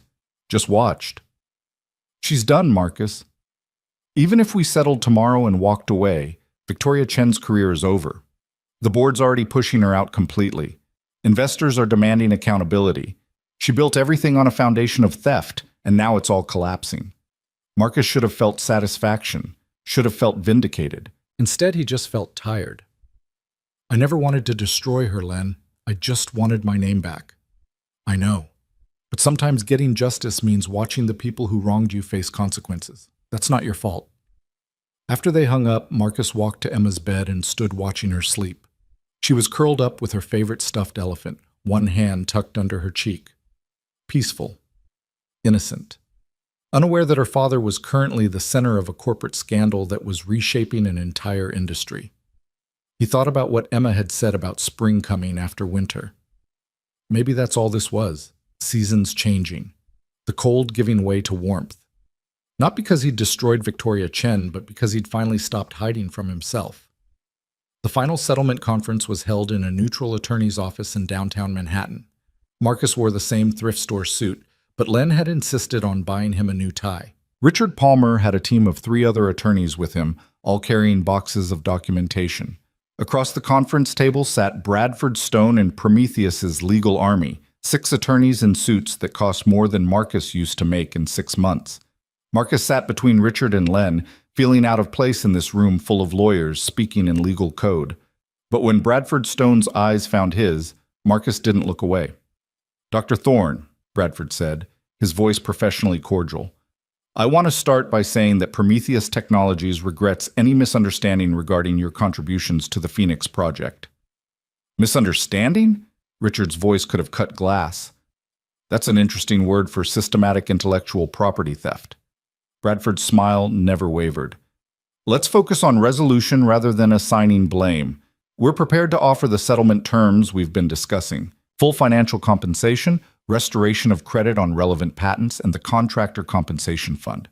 In exchange, Dr. Thorne signs a comprehensive release of all claims and agrees to a mutual non-disparagement clause. Absolutely not, Richard said immediately. Dr. Thorne maintains his right to discuss his own experience. We're not gagging him again. Then we have a problem. Prometheus needs assurance that this matter is closed, permanently. The negotiations went on for 4 hours. Lawyers argued over semicolons and subclause. Marcus sat quietly, watching these people debate his life like it was a commodity to be traded. Finally, he'd had enough. "Can I speak?" Marcus asked, cutting through an argument about indemnification language. The room went silent. All eyes turned to him. Marcus looked directly at Bradford Stone. "I don't want to spend the rest of my life talking about Prometheus technologies. I don't want to be defined by what you did to me. I want to take my daughter to the park without reporters following us. I want to build things again without looking over my shoulder. I want to move forward." He paused, gathering his thoughts. "But I also won't lie if someone asks me what happened. I won't pretend the last 6 years didn't occur. I won't protect Prometheus's reputation at the expense of my own truth. So here's what I'll agree to. I won't initiate public discussion about this case. I won't give interviews specifically about Prometheus. I won't write a tell-all book or sell my story. But if someone asks me directly about my experience, I'll answer honestly. Take it or leave it." Bradford studied him for a long moment. Then he turned to his legal team, and they huddled in whispered conference. When they broke, Bradford looked tired. "We can work with that. With proper legal language defining the boundaries, that's acceptable." Richard leaned close to Marcus. "You sure about this?" Marcus thought about Emma asking him what he would do if he wasn't afraid. "I'm sure." It took another 2 hours to hammer out the exact language, but by 6 p.m., they had an agreement. Marcus would receive $50 million, paid out over 5 years with the first $10 million released immediately. His name would be restored on all relevant patents and research papers. Prometheus would establish the $25 million contractor compensation fund, and both parties would refrain from actively disparaging each other while maintaining the right to discuss factual matters if directly questioned. Bradford Stone pushed the final settlement agreement across the table. "Dr. Thorne, if you sign this, the matter is resolved. Prometheus will issue a public statement acknowledging your contributions, and we'll both move forward." Marcus stared at the document. 47 pages of legal language that represented 6 years of suffering, 6 years of hiding, 6 years of choosing survival over pride. All of it reduced to signatures and notarization. He picked up the pen. Richard put a hand on his arm. "You don't have to sign today. We can take this home, review it again, make sure you're completely comfortable." "I'm not comfortable," Marcus said. "I don't think I'll ever be comfortable with what happened. But I'm ready to stop fighting." He signed his name, Dr. Marcus Thorne, in careful script across the signature line. Bradford Stone countersigned for Prometheus Technologies. The attorneys witnessed. The notary stamped. It was done. The room exhaled collectively. Attorneys began packing documents, making phone calls, setting timelines for the public announcement. Marcus sat very still, trying to process what he'd just done. Bradford Stone approached him with an outstretched hand. "Dr. Thorne, I hope this brings you some peace." Marcus looked at the offered hand but didn't take it. "You're not the person who owes me that." Bradford lowered his hand. "Victoria Chen no longer speaks for Prometheus Technologies. I do. And speaking for the company, I apologize for what occurred." "Does she apologize?" "Ms. Chen has chosen not to participate in these proceedings." "That's what I thought." Marcus stood. "Thank you for the settlement, Mr. Stone, but an apology from the company isn't the same as accountability from the person responsible. We both know that." He walked out of the conference room without looking back. Len caught up with him in the hallway. "Marcus, wait. You okay?" "I don't know. Am I supposed to feel different? Because I don't. I just feel tired." "You will. This is shock. Let it settle." Richard joined them, briefcase in hand. "The announcement goes live tomorrow morning. Prometheus is releasing a statement at 9 a.m. We'll follow at 9:30. I've drafted a response for you to approve." "What does it say?" "That you're grateful for the acknowledgement and look forward to moving forward with your life and career. Standard stuff." Marcus thought about the press conference where he'd spoken from the heart, about telling the truth instead of hiding behind corporate language. I want to write my own statement. Richard looked uncertain. Marcus, we've got professional writers who... I want to write it myself. That's non-negotiable. Len smiled. Let the man speak for himself, Richard. He's earned that right. That evening, Marcus sat at his kitchen table with his ancient laptop and tried to find words for what he was feeling. Emma did homework beside him, occasionally glancing over to see what he was typing. Is that for the news? She asked. Yeah, I'm supposed to say something about the settlement. What do you want to say? Marcus thought about it. I want to say that I'm glad it's over, that I hope other people who got hurt will get help now, that I just want to be your dad and not be famous anymore. Emma nodded seriously. Then say that. So he did. Marcus wrote 3 paragraphs that said exactly what he meant, without legal jargon or corporate speak. He wrote about closure and moving forward, about hoping the contractor compensation fund would help others rebuild their lives, about wanting to return to privacy and focus on being a father and eventually an engineer again. He sent it to Richard, who called immediately. Marcus, this is good, really good, but there's no mention of Prometheus specifically. Don't you want to... No, Marcus said firmly. I don't want to keep talking about them. I want to talk about moving forward. Isn't that the point? Richard sighed. You're right. Okay, we'll release this exactly as written. The next morning, Marcus woke to find his phone already buzzing with notifications. Prometheus's statement had posted early at 8 a.m. instead of 9. It was corporate and carefully worded, acknowledging Dr. Marcus Thorne's significant contributions to the Phoenix Project and expressing regret for any confusion regarding proper attribution. It was bloodless, calculated, exactly what Marcus expected. His own statement posted at 9:30, and the response was immediate. Social media exploded with support. News outlets called it dignified and gracious. Other contractors who'd been wronged by various companies started sharing their own stories, citing Marcus as inspiration. By noon, the narrative had shifted. This wasn't just about Marcus Thorne versus Prometheus Technologies anymore. It was about every contractor who'd ever been exploited, every innovator who'd been stolen from, every person who'd been made to feel powerless against corporate machinery. Marcus had become a symbol, and he hated it. I don't want to be a symbol, he told Len over the phone that afternoon. I just want to be a person. Too late for that, Len said, but not unkindly. You opened the door, you gave people hope. You can't close that door now just because it's uncomfortable. I didn't ask for this. Marcus, nobody asks to be the person who changes things, but sometimes life puts you in that position anyway. You can reject it and go back to hiding, or you can figure out how to use it for something good. Marcus thought about that conversation for days, about responsibility and opportunity, about what it meant to have a platform and what he owed to the people who saw themselves in his story. 2 weeks after the settlement was finalized, the first payment arrived. $10 million, transferred into a bank account Marcus had opened specifically for this purpose. He stared at the balance on his phone screen, unable to make the number feel real. Emma peered over his shoulder. Is that our money? That's our money. Are we going to move to a mansion? Marcus laughed. Do you want to move to a mansion? Emma considered this seriously. Can Mrs. Rodriguez come? I think Mrs. Rodriguez would prefer to stay in her own apartment. Then I don't want a mansion. Mansions are too big. I'd get lost. But they did move eventually. Not to a mansion, but to a 3-bedroom house in a quiet neighborhood with good schools. Close enough to Mrs. Rodriguez that Emma could visit regularly, far enough from Manhattan that reporters couldn't camp on their doorstep.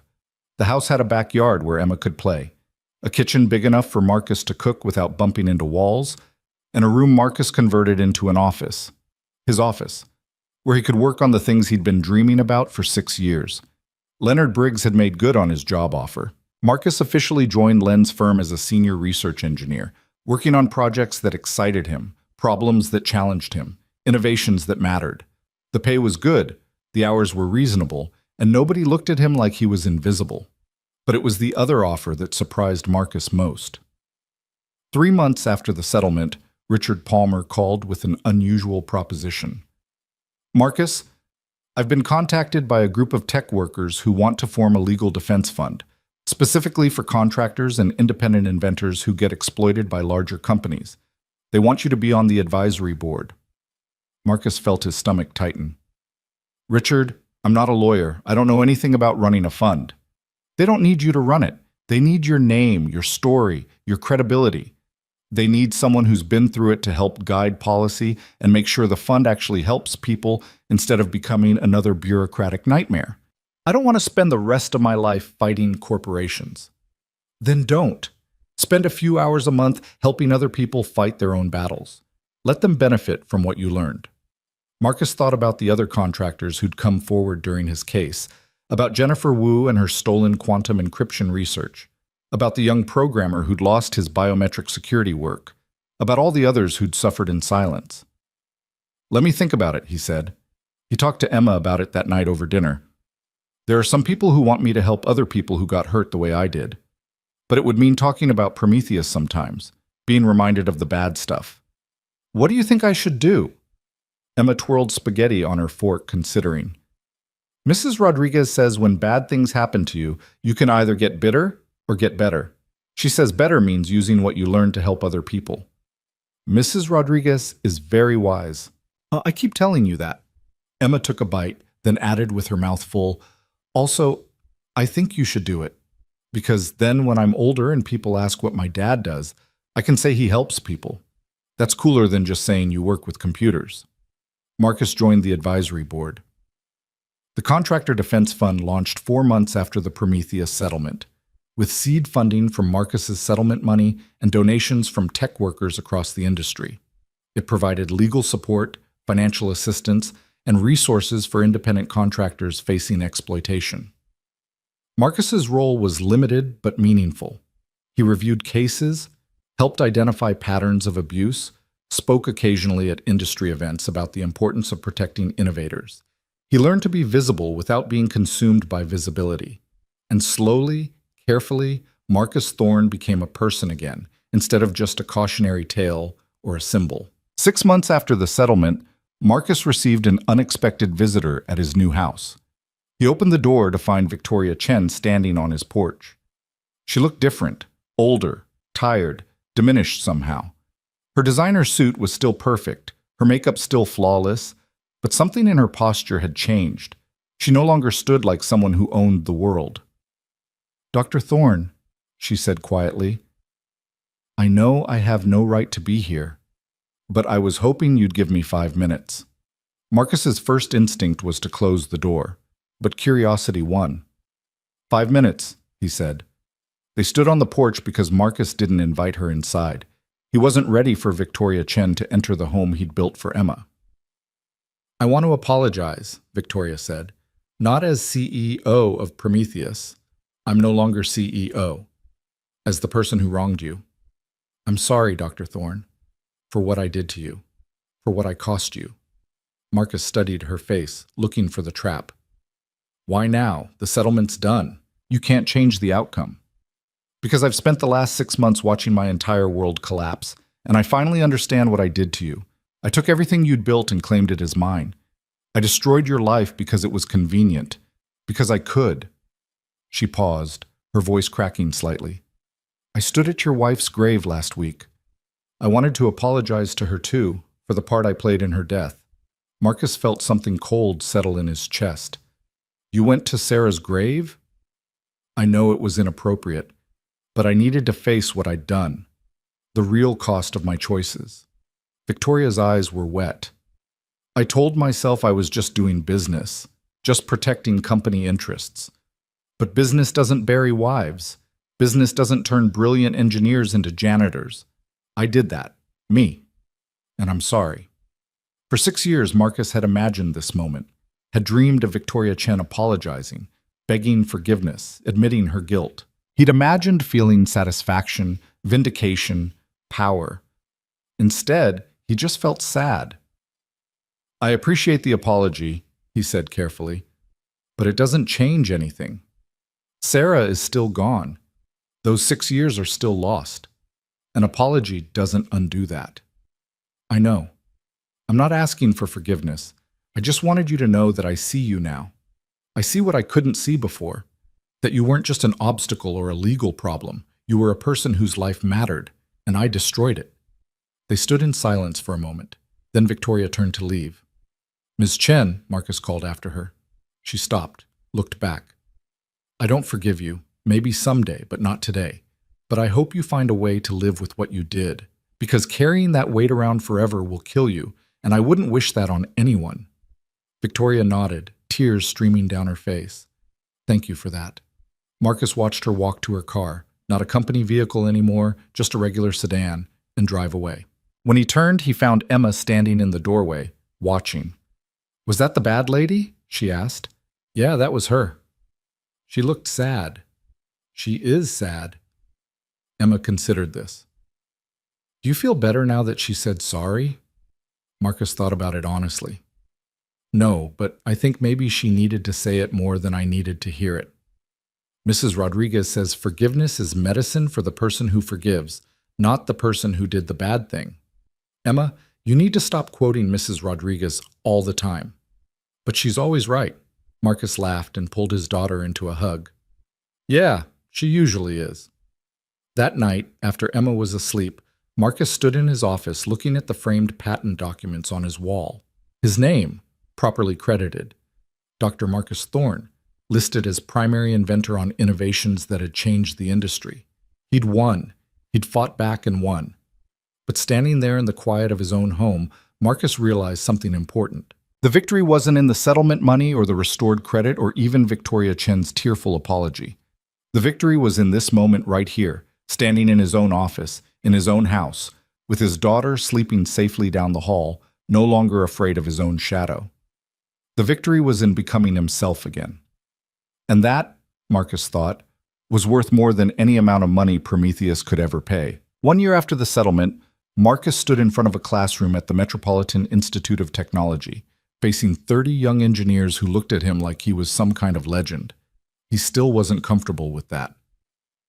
Dr. Thorne, a young woman in the front row, raised her hand. What would you say was the turning point? The moment you decided to stop hiding and fight back? Marcus thought about that night in the ballroom, about Victoria Chen pointing at him, about Emma's text message waiting in his pocket, about the choice between staying invisible and showing his face. It wasn't one moment, he said honestly. It was a series of small decisions that built on each other. The first was agreeing to fix the Phoenix system. The second was refusing to apologize for being good at what I do. The third was choosing to trust people again. My friend Leonard, my attorney Richard, the journalist who told my story. Each decision made the next one easier. Another student spoke up, a young man with nervous energy. But weren't you terrified? I mean, you were up against $1 billion corporation. Absolutely terrified. I'm still terrified sometimes. Marcus smiled. But I learned something important. Fear is just information. It tells you that something matters enough to scare you. The question isn't whether you feel fear, it's what you do with it. He'd been giving talks like this for months now, invited to universities and tech conferences to share his story. At first, Marcus had resisted. He told Leonard he wasn't a public speaker, wasn't inspirational, wasn't the right person to represent the struggle of exploited contractors. Len had responded by showing him emails from people who'd seen his press conference and found the courage to fight their own battles.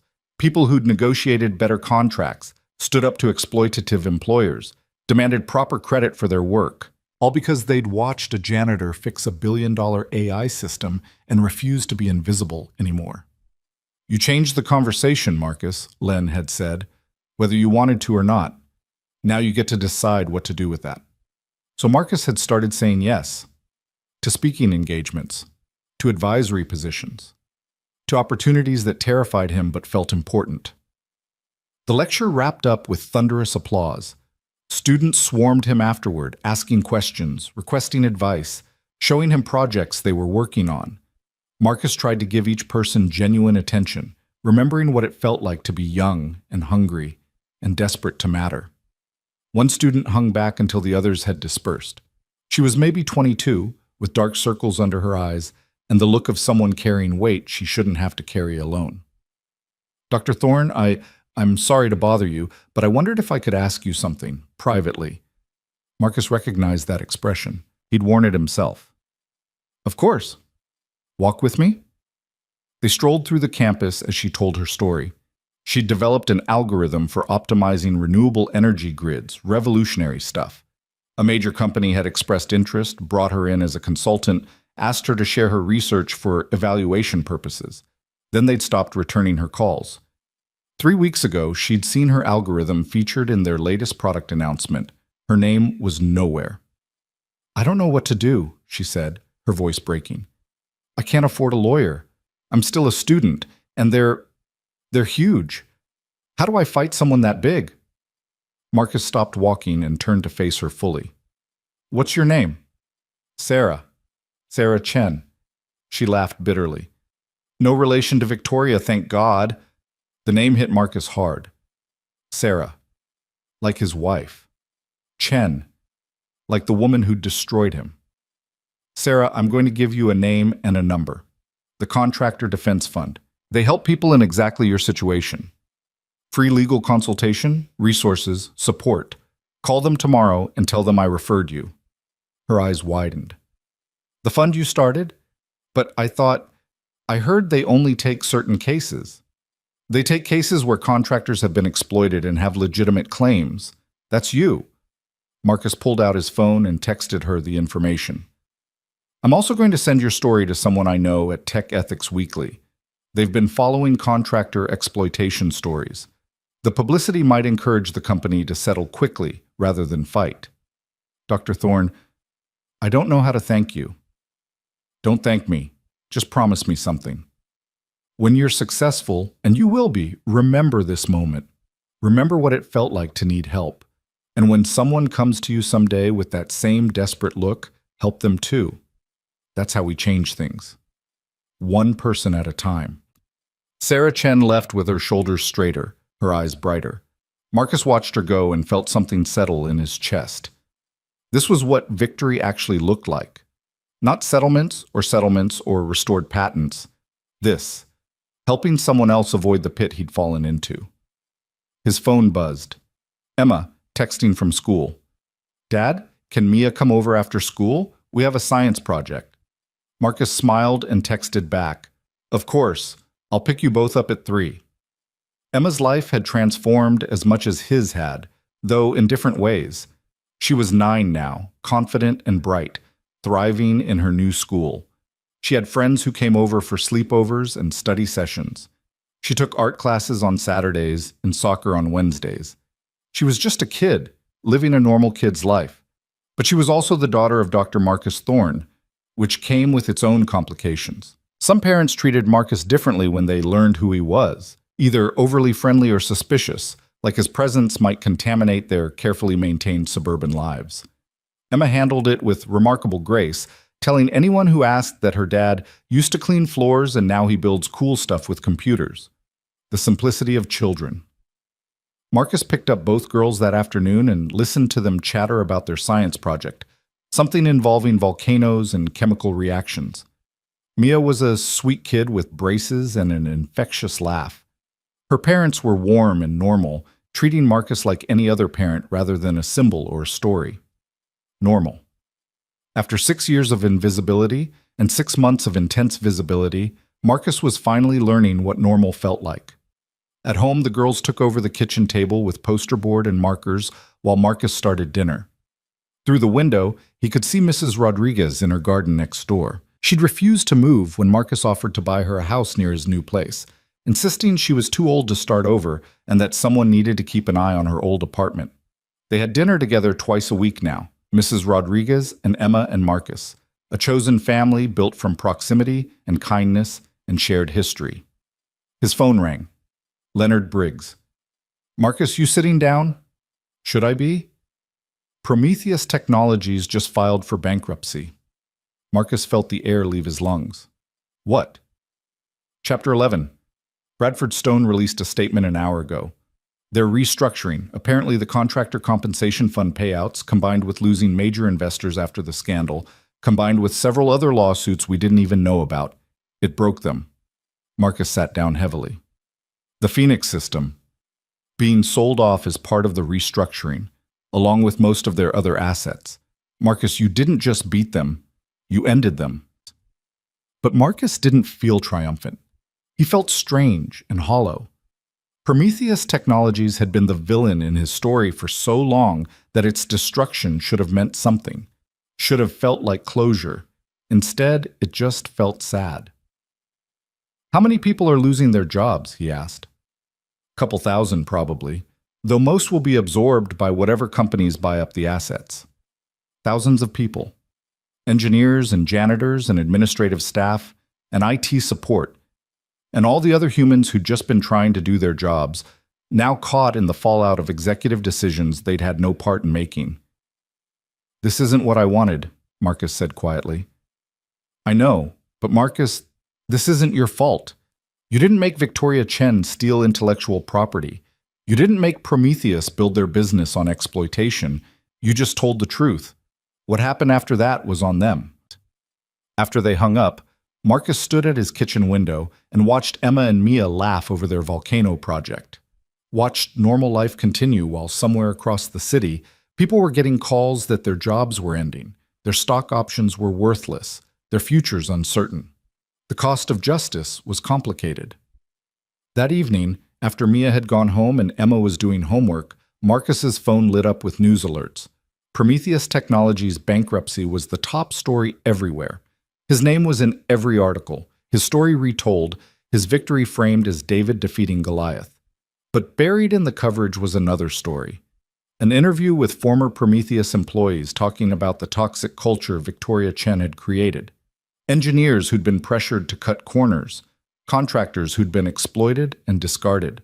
A pattern of behavior that went far beyond just Marcus's case. One quote stood out, from a senior engineer who'd resigned months before the bankruptcy.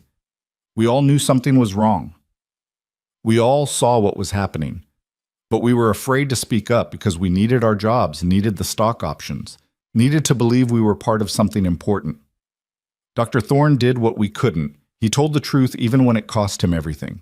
Maybe if more of us had been that brave, Prometheus would have evolved instead of collapsed. Marcus read that quote 3 times, trying to process it. He'd spent a year thinking of himself as a victim who'd fought back. But maybe he'd been something else too. A mirror. Showing everyone what happened when you valued truth over comfort, when you refused to be complicit in your own erasure. The thought was both humbling and terrifying. Dad?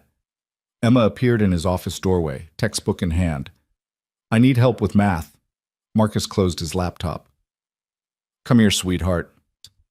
They worked through multiplication problems together, Emma's tongue poking out in concentration as she calculated. This was real. This mattered. Not the headlines or the bankruptcy or the symbol people wanted him to be. Just a father helping his daughter with homework. 2 months later, Marcus attended the official dissolution ceremony for Prometheus Technologies. He hadn't planned to go, but Richard Palmer had convinced him it was important. Closure, Richard had said, for you and for everyone else who got hurt.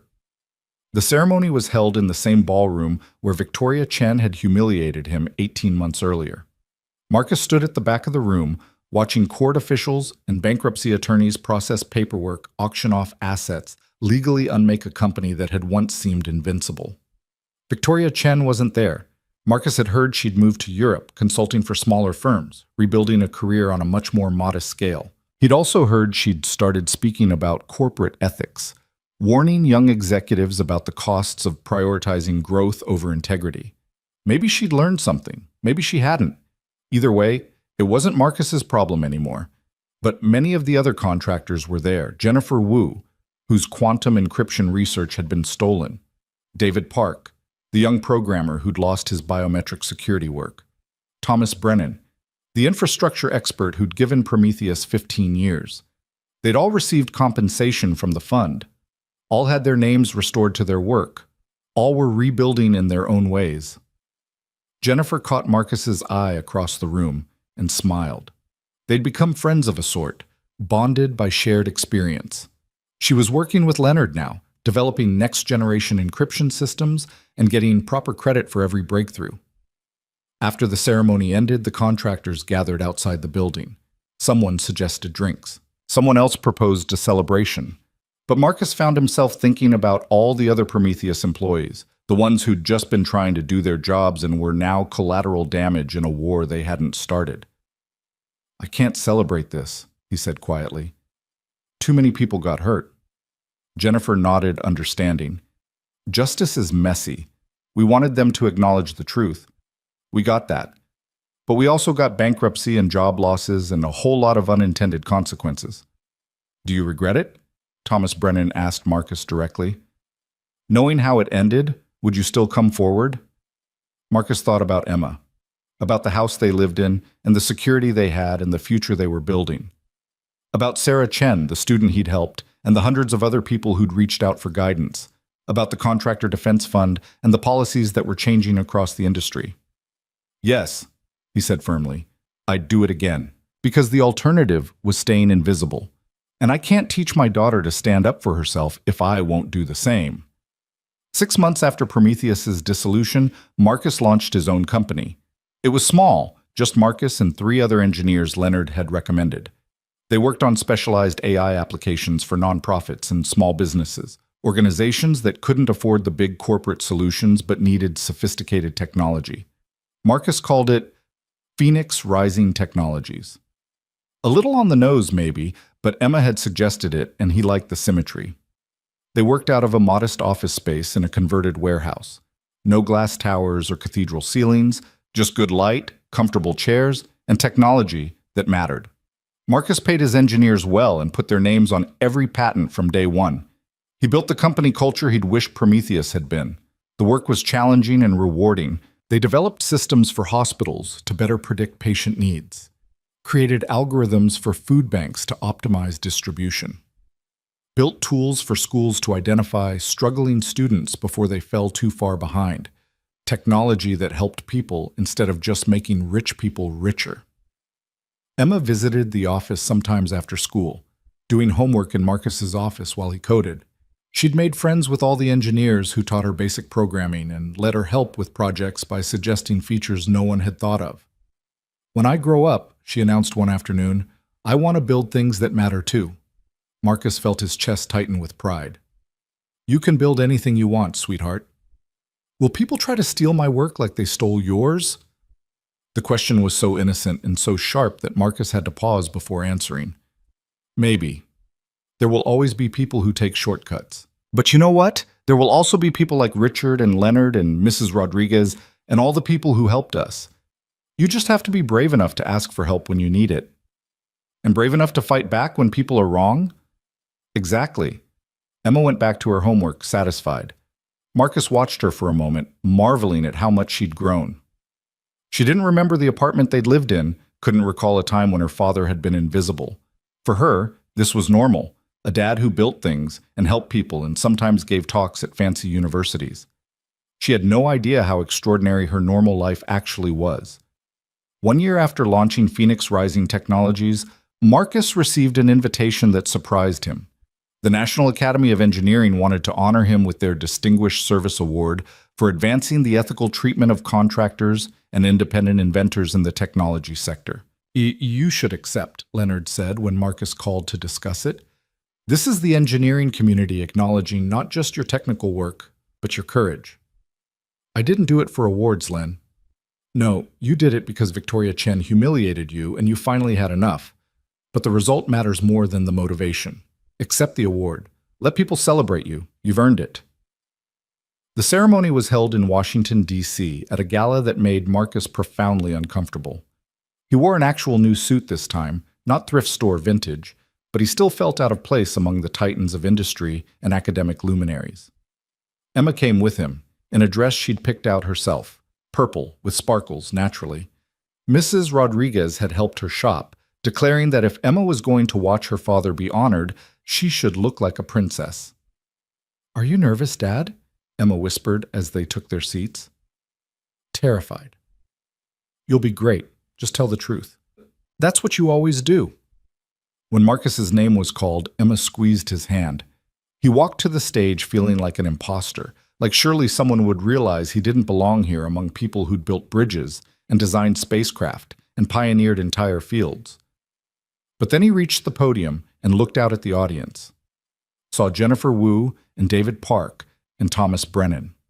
Saw Richard Palmer and Leonard Briggs. Saw Jason Park, the journalist who'd amplified his story. Saw former students and current employees and dozens of faces he recognized from speaking engagements and consulting sessions. People whose lives had been touched by his choice to stop hiding.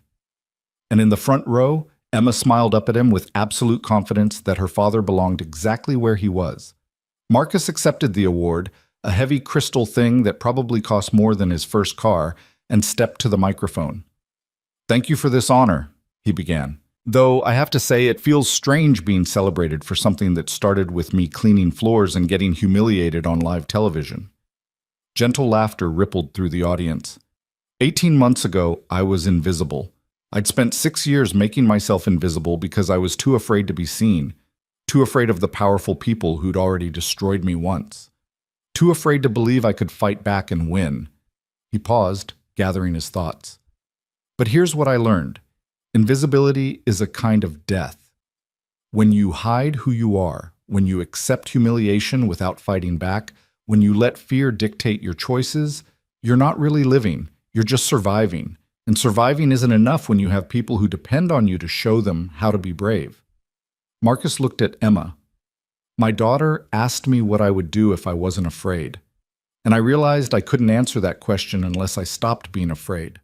So I fixed a broken system. I told the truth. I asked for help from people I'd learned to trust. And everything changed." He held up the award. "This isn't mine alone. It belongs to every person who spoke up when I gave them permission to. Every contractor who came forward with their own story. Every lawyer who donated time to the defense fund. Every journalist who investigated instead of just reporting. Every student who decided that ethical treatment mattered more than career advancement. You all did this. I just happened to be the person holding the mop when everything broke." The audience stood, applauded. Some people were crying. Marcus stepped off the stage and returned to his seat beside Emma, who threw her arms around him. "You were amazing, Dad." "You think so?" "I know so. Mrs. Rodriguez is going to be so proud." That night, Marcus called Mrs. Rodriguez from his hotel room while Emma slept in the adjoining suite. "You won an award," she said, her voice warm with satisfaction. "I saw it on the news. They showed your speech. Very handsome in your new suit." I felt like a fraud. "You always feel like a fraud. That's how I know you're doing important work. Frauds never doubt themselves." Marcus laughed. "When did you become so wise?" "I've always been wise, mijo. You just weren't paying attention because you were too busy being sad." She paused. "Sarah would be proud of you. You know that, yes?" The mention of his wife's name still hurt, even after all this time. But it was a softer hurt now, more like an old scar than an open wound. "I hope so. I tried to do what she asked. Take care of Emma. Be a good father. You did more than that. You taught your daughter that courage matters, that truth matters, that standing up for yourself isn't selfish, it's necessary." Mrs. Rodriguez's voice softened. "And Marcus, you taught yourself the same thing. That's the real victory." After they hung up, Marcus stood at the hotel window looking out at the monuments of Washington, D.C., buildings dedicated to presidents and heroes and people who'd changed history. He wasn't one of those people, would never be. But maybe he'd changed a small corner of his corner of the world. Maybe that was enough. Emma stirred in her sleep, mumbling something about volcanoes. Marcus smiled and turned away from the window. Awards and ceremonies and national recognition were fine, but this was what actually mattered. Being present, being available, being the father Emma deserved. Everything else was just noise. 5 years after the night Victoria Chen had pointed at him in that ballroom, Marcus stood in a very different ballroom entirely. Phoenix Rising Technologies was hosting its first annual Innovation Summit, bringing together contractors, independent inventors, and small companies to showcase their work and connect with ethical investors. Over 300 people had registered. The energy was electric. Emma, now 13 and impossibly grown up, worked registration with the confidence of someone who'd grown up watching her father build something from nothing. She checked names, handed out badges, chatted easily with arriving guests. Marcus watched her and marveled. She had no memory of poverty or invisibility or fear. She'd grown up secure and loved and taught that using her voice mattered. She was exactly the kind of person Sarah had hoped she'd become. The summit was Marcus's way of institutionalizing the lessons he'd learned. Every presenter owned their work completely. Every innovation was properly credited. Every conversation was about collaboration instead of exploitation. It was the opposite of everything Prometheus Technologies had been. During his opening remarks, Marcus talked about building ethical systems and protecting innovators. But he also talked about failure and fear and the courage it takes to keep trying when everything falls apart. 5 years ago, he said, I was standing in a ballroom very different from this one. Someone powerful tried to humiliate me, tried to remind me that I was nothing and she was everything, and for a moment, I believed her. He paused, looking around at the faces watching him. But then I remembered I had a daughter who needed me to be brave. So I fixed what was broken, not just the technology, but myself. I stopped hiding. I asked for help. I told the truth. And everything changed. Marcus smiled. That's what I want this summit to be about. Not just innovation, but integrity. Not just building things, but building them the right way. Creating a community where people don't have to choose between their work and their dignity. Where being brilliant doesn't make you a target. Where success means everyone rises together. The applause was thunderous. After his speech, Marcus was swarmed by attendees wanting to talk, share ideas, ask questions. Among them was a familiar face, Sarah Chen, the student he'd helped 5 years earlier. She was older now, confident, successful. Dr. Thorne, I wanted to thank you again. The Defense Fund helped me get proper compensation for my algorithm. I used that money to start my own company. We're designing renewable energy solutions for developing nations. Marcus felt warmth spread through his chest. That's incredible, Sarah. I'm proud of you. I wouldn't be here without you. When I was ready to give up, you showed me there was another way. She handed him a business card. If you ever need renewable energy solutions, call me. Friends and family discount. After Sarah left, another person approached. And another. Each with a story of how Marcus's example had helped them fight back, stand up, demand better. By the end of the summit, Marcus was exhausted and exhilarated. Emma found him in a quiet corner, reviewing notes. That was amazing, Dad. All those people you helped. I didn't help them all, sweetheart. I just showed them it was possible. They did the hard work themselves. Emma sat beside him. Can I ask you something? Always. Do you ever think about Ms. Chen? About what happened to her? Marcus considered the question. He'd heard Victoria was doing better, working as a consultant, apparently trying to rebuild her reputation through genuine ethical work instead of exploitation. He'd heard she'd apologized publicly, acknowledged her role in creating toxic corporate culture. Sometimes, he admitted, I hope she learned something. I hope she's trying to be better. Do you forgive her? I'm working on it. Forgiveness is complicated. Emma nodded, wise beyond her years. Mrs. Rodriguez says forgiveness is like cleaning a really dirty floor. You can't do it all at once. You have to do it bit by bit until eventually it's clean. Marcus laughed. Of course she does. What else does Mrs. Rodriguez say? That you should stop working so hard and take me to get ice cream. Mrs. Rodriguez is very wise. They left the ballroom together, father and daughter, walking through the building where 5 years earlier Marcus had been invisible. The guards nodded respectfully as they passed. People called out greetings. Emma chatted about her friends and school and the science project she was working on. Normal, beautiful, precious. Outside, the city sparkled with evening lights. Marcus and Emma walked to their favorite ice cream shop, the same one they'd been going to since the tiny apartment days. Some things didn't need to change just because everything else had. Dad? Emma said around a mouthful of chocolate chip. I'm glad you stopped being invisible. Me too, sweetheart. And I'm glad you taught me to be brave. Marcus pulled her close, this daughter who'd saved him by simply existing, by needing him to be better than his fear. You taught me just as much. Maybe more. They finished their ice cream and headed home. Two people who'd survived darkness and found light, who'd been broken and rebuilt themselves, who'd learned that victory wasn't about destroying enemies. It was about becoming who you were always meant to be. Marcus Thorne was no longer invisible. He was seen, acknowledged, valued. But more importantly, he could see himself again, could recognize the reflection in the mirror as someone worth being. That night, after Emma was asleep, Marcus sat in his office and pulled out a photograph he kept in his desk drawer. Sarah, his wife, holding baby Emma in the hospital, both of them exhausted and perfect and full of hope. "I kept my promise," he whispered to the photograph. "I took care of her. I taught her to be brave. I showed her that standing up matters." He paused, then added, "And I finally took care of myself too. I hope that's okay." The photograph offered no answer, but Marcus didn't need one. He knew Sarah would be proud. Not because he'd won settlements or received awards or started a successful company, but because he'd stopped hiding, because he'd chosen truth over comfort, because he'd taught their daughter that dignity wasn't negotiable. Marcus returned the photograph to its drawer and turned off the lights. Tomorrow would bring new challenges, new students to mentor, new contractors to help, new innovations to build. But tonight, he just wanted to sleep in his own house, with his daughter safe down the hall, in a life he'd fought to reclaim. He'd been invisible for 6 years. He'd been hypervisible for another year. And now, finally, he was just Marcus Thorne, engineer, father, friend, human being. That was enough. That was everything.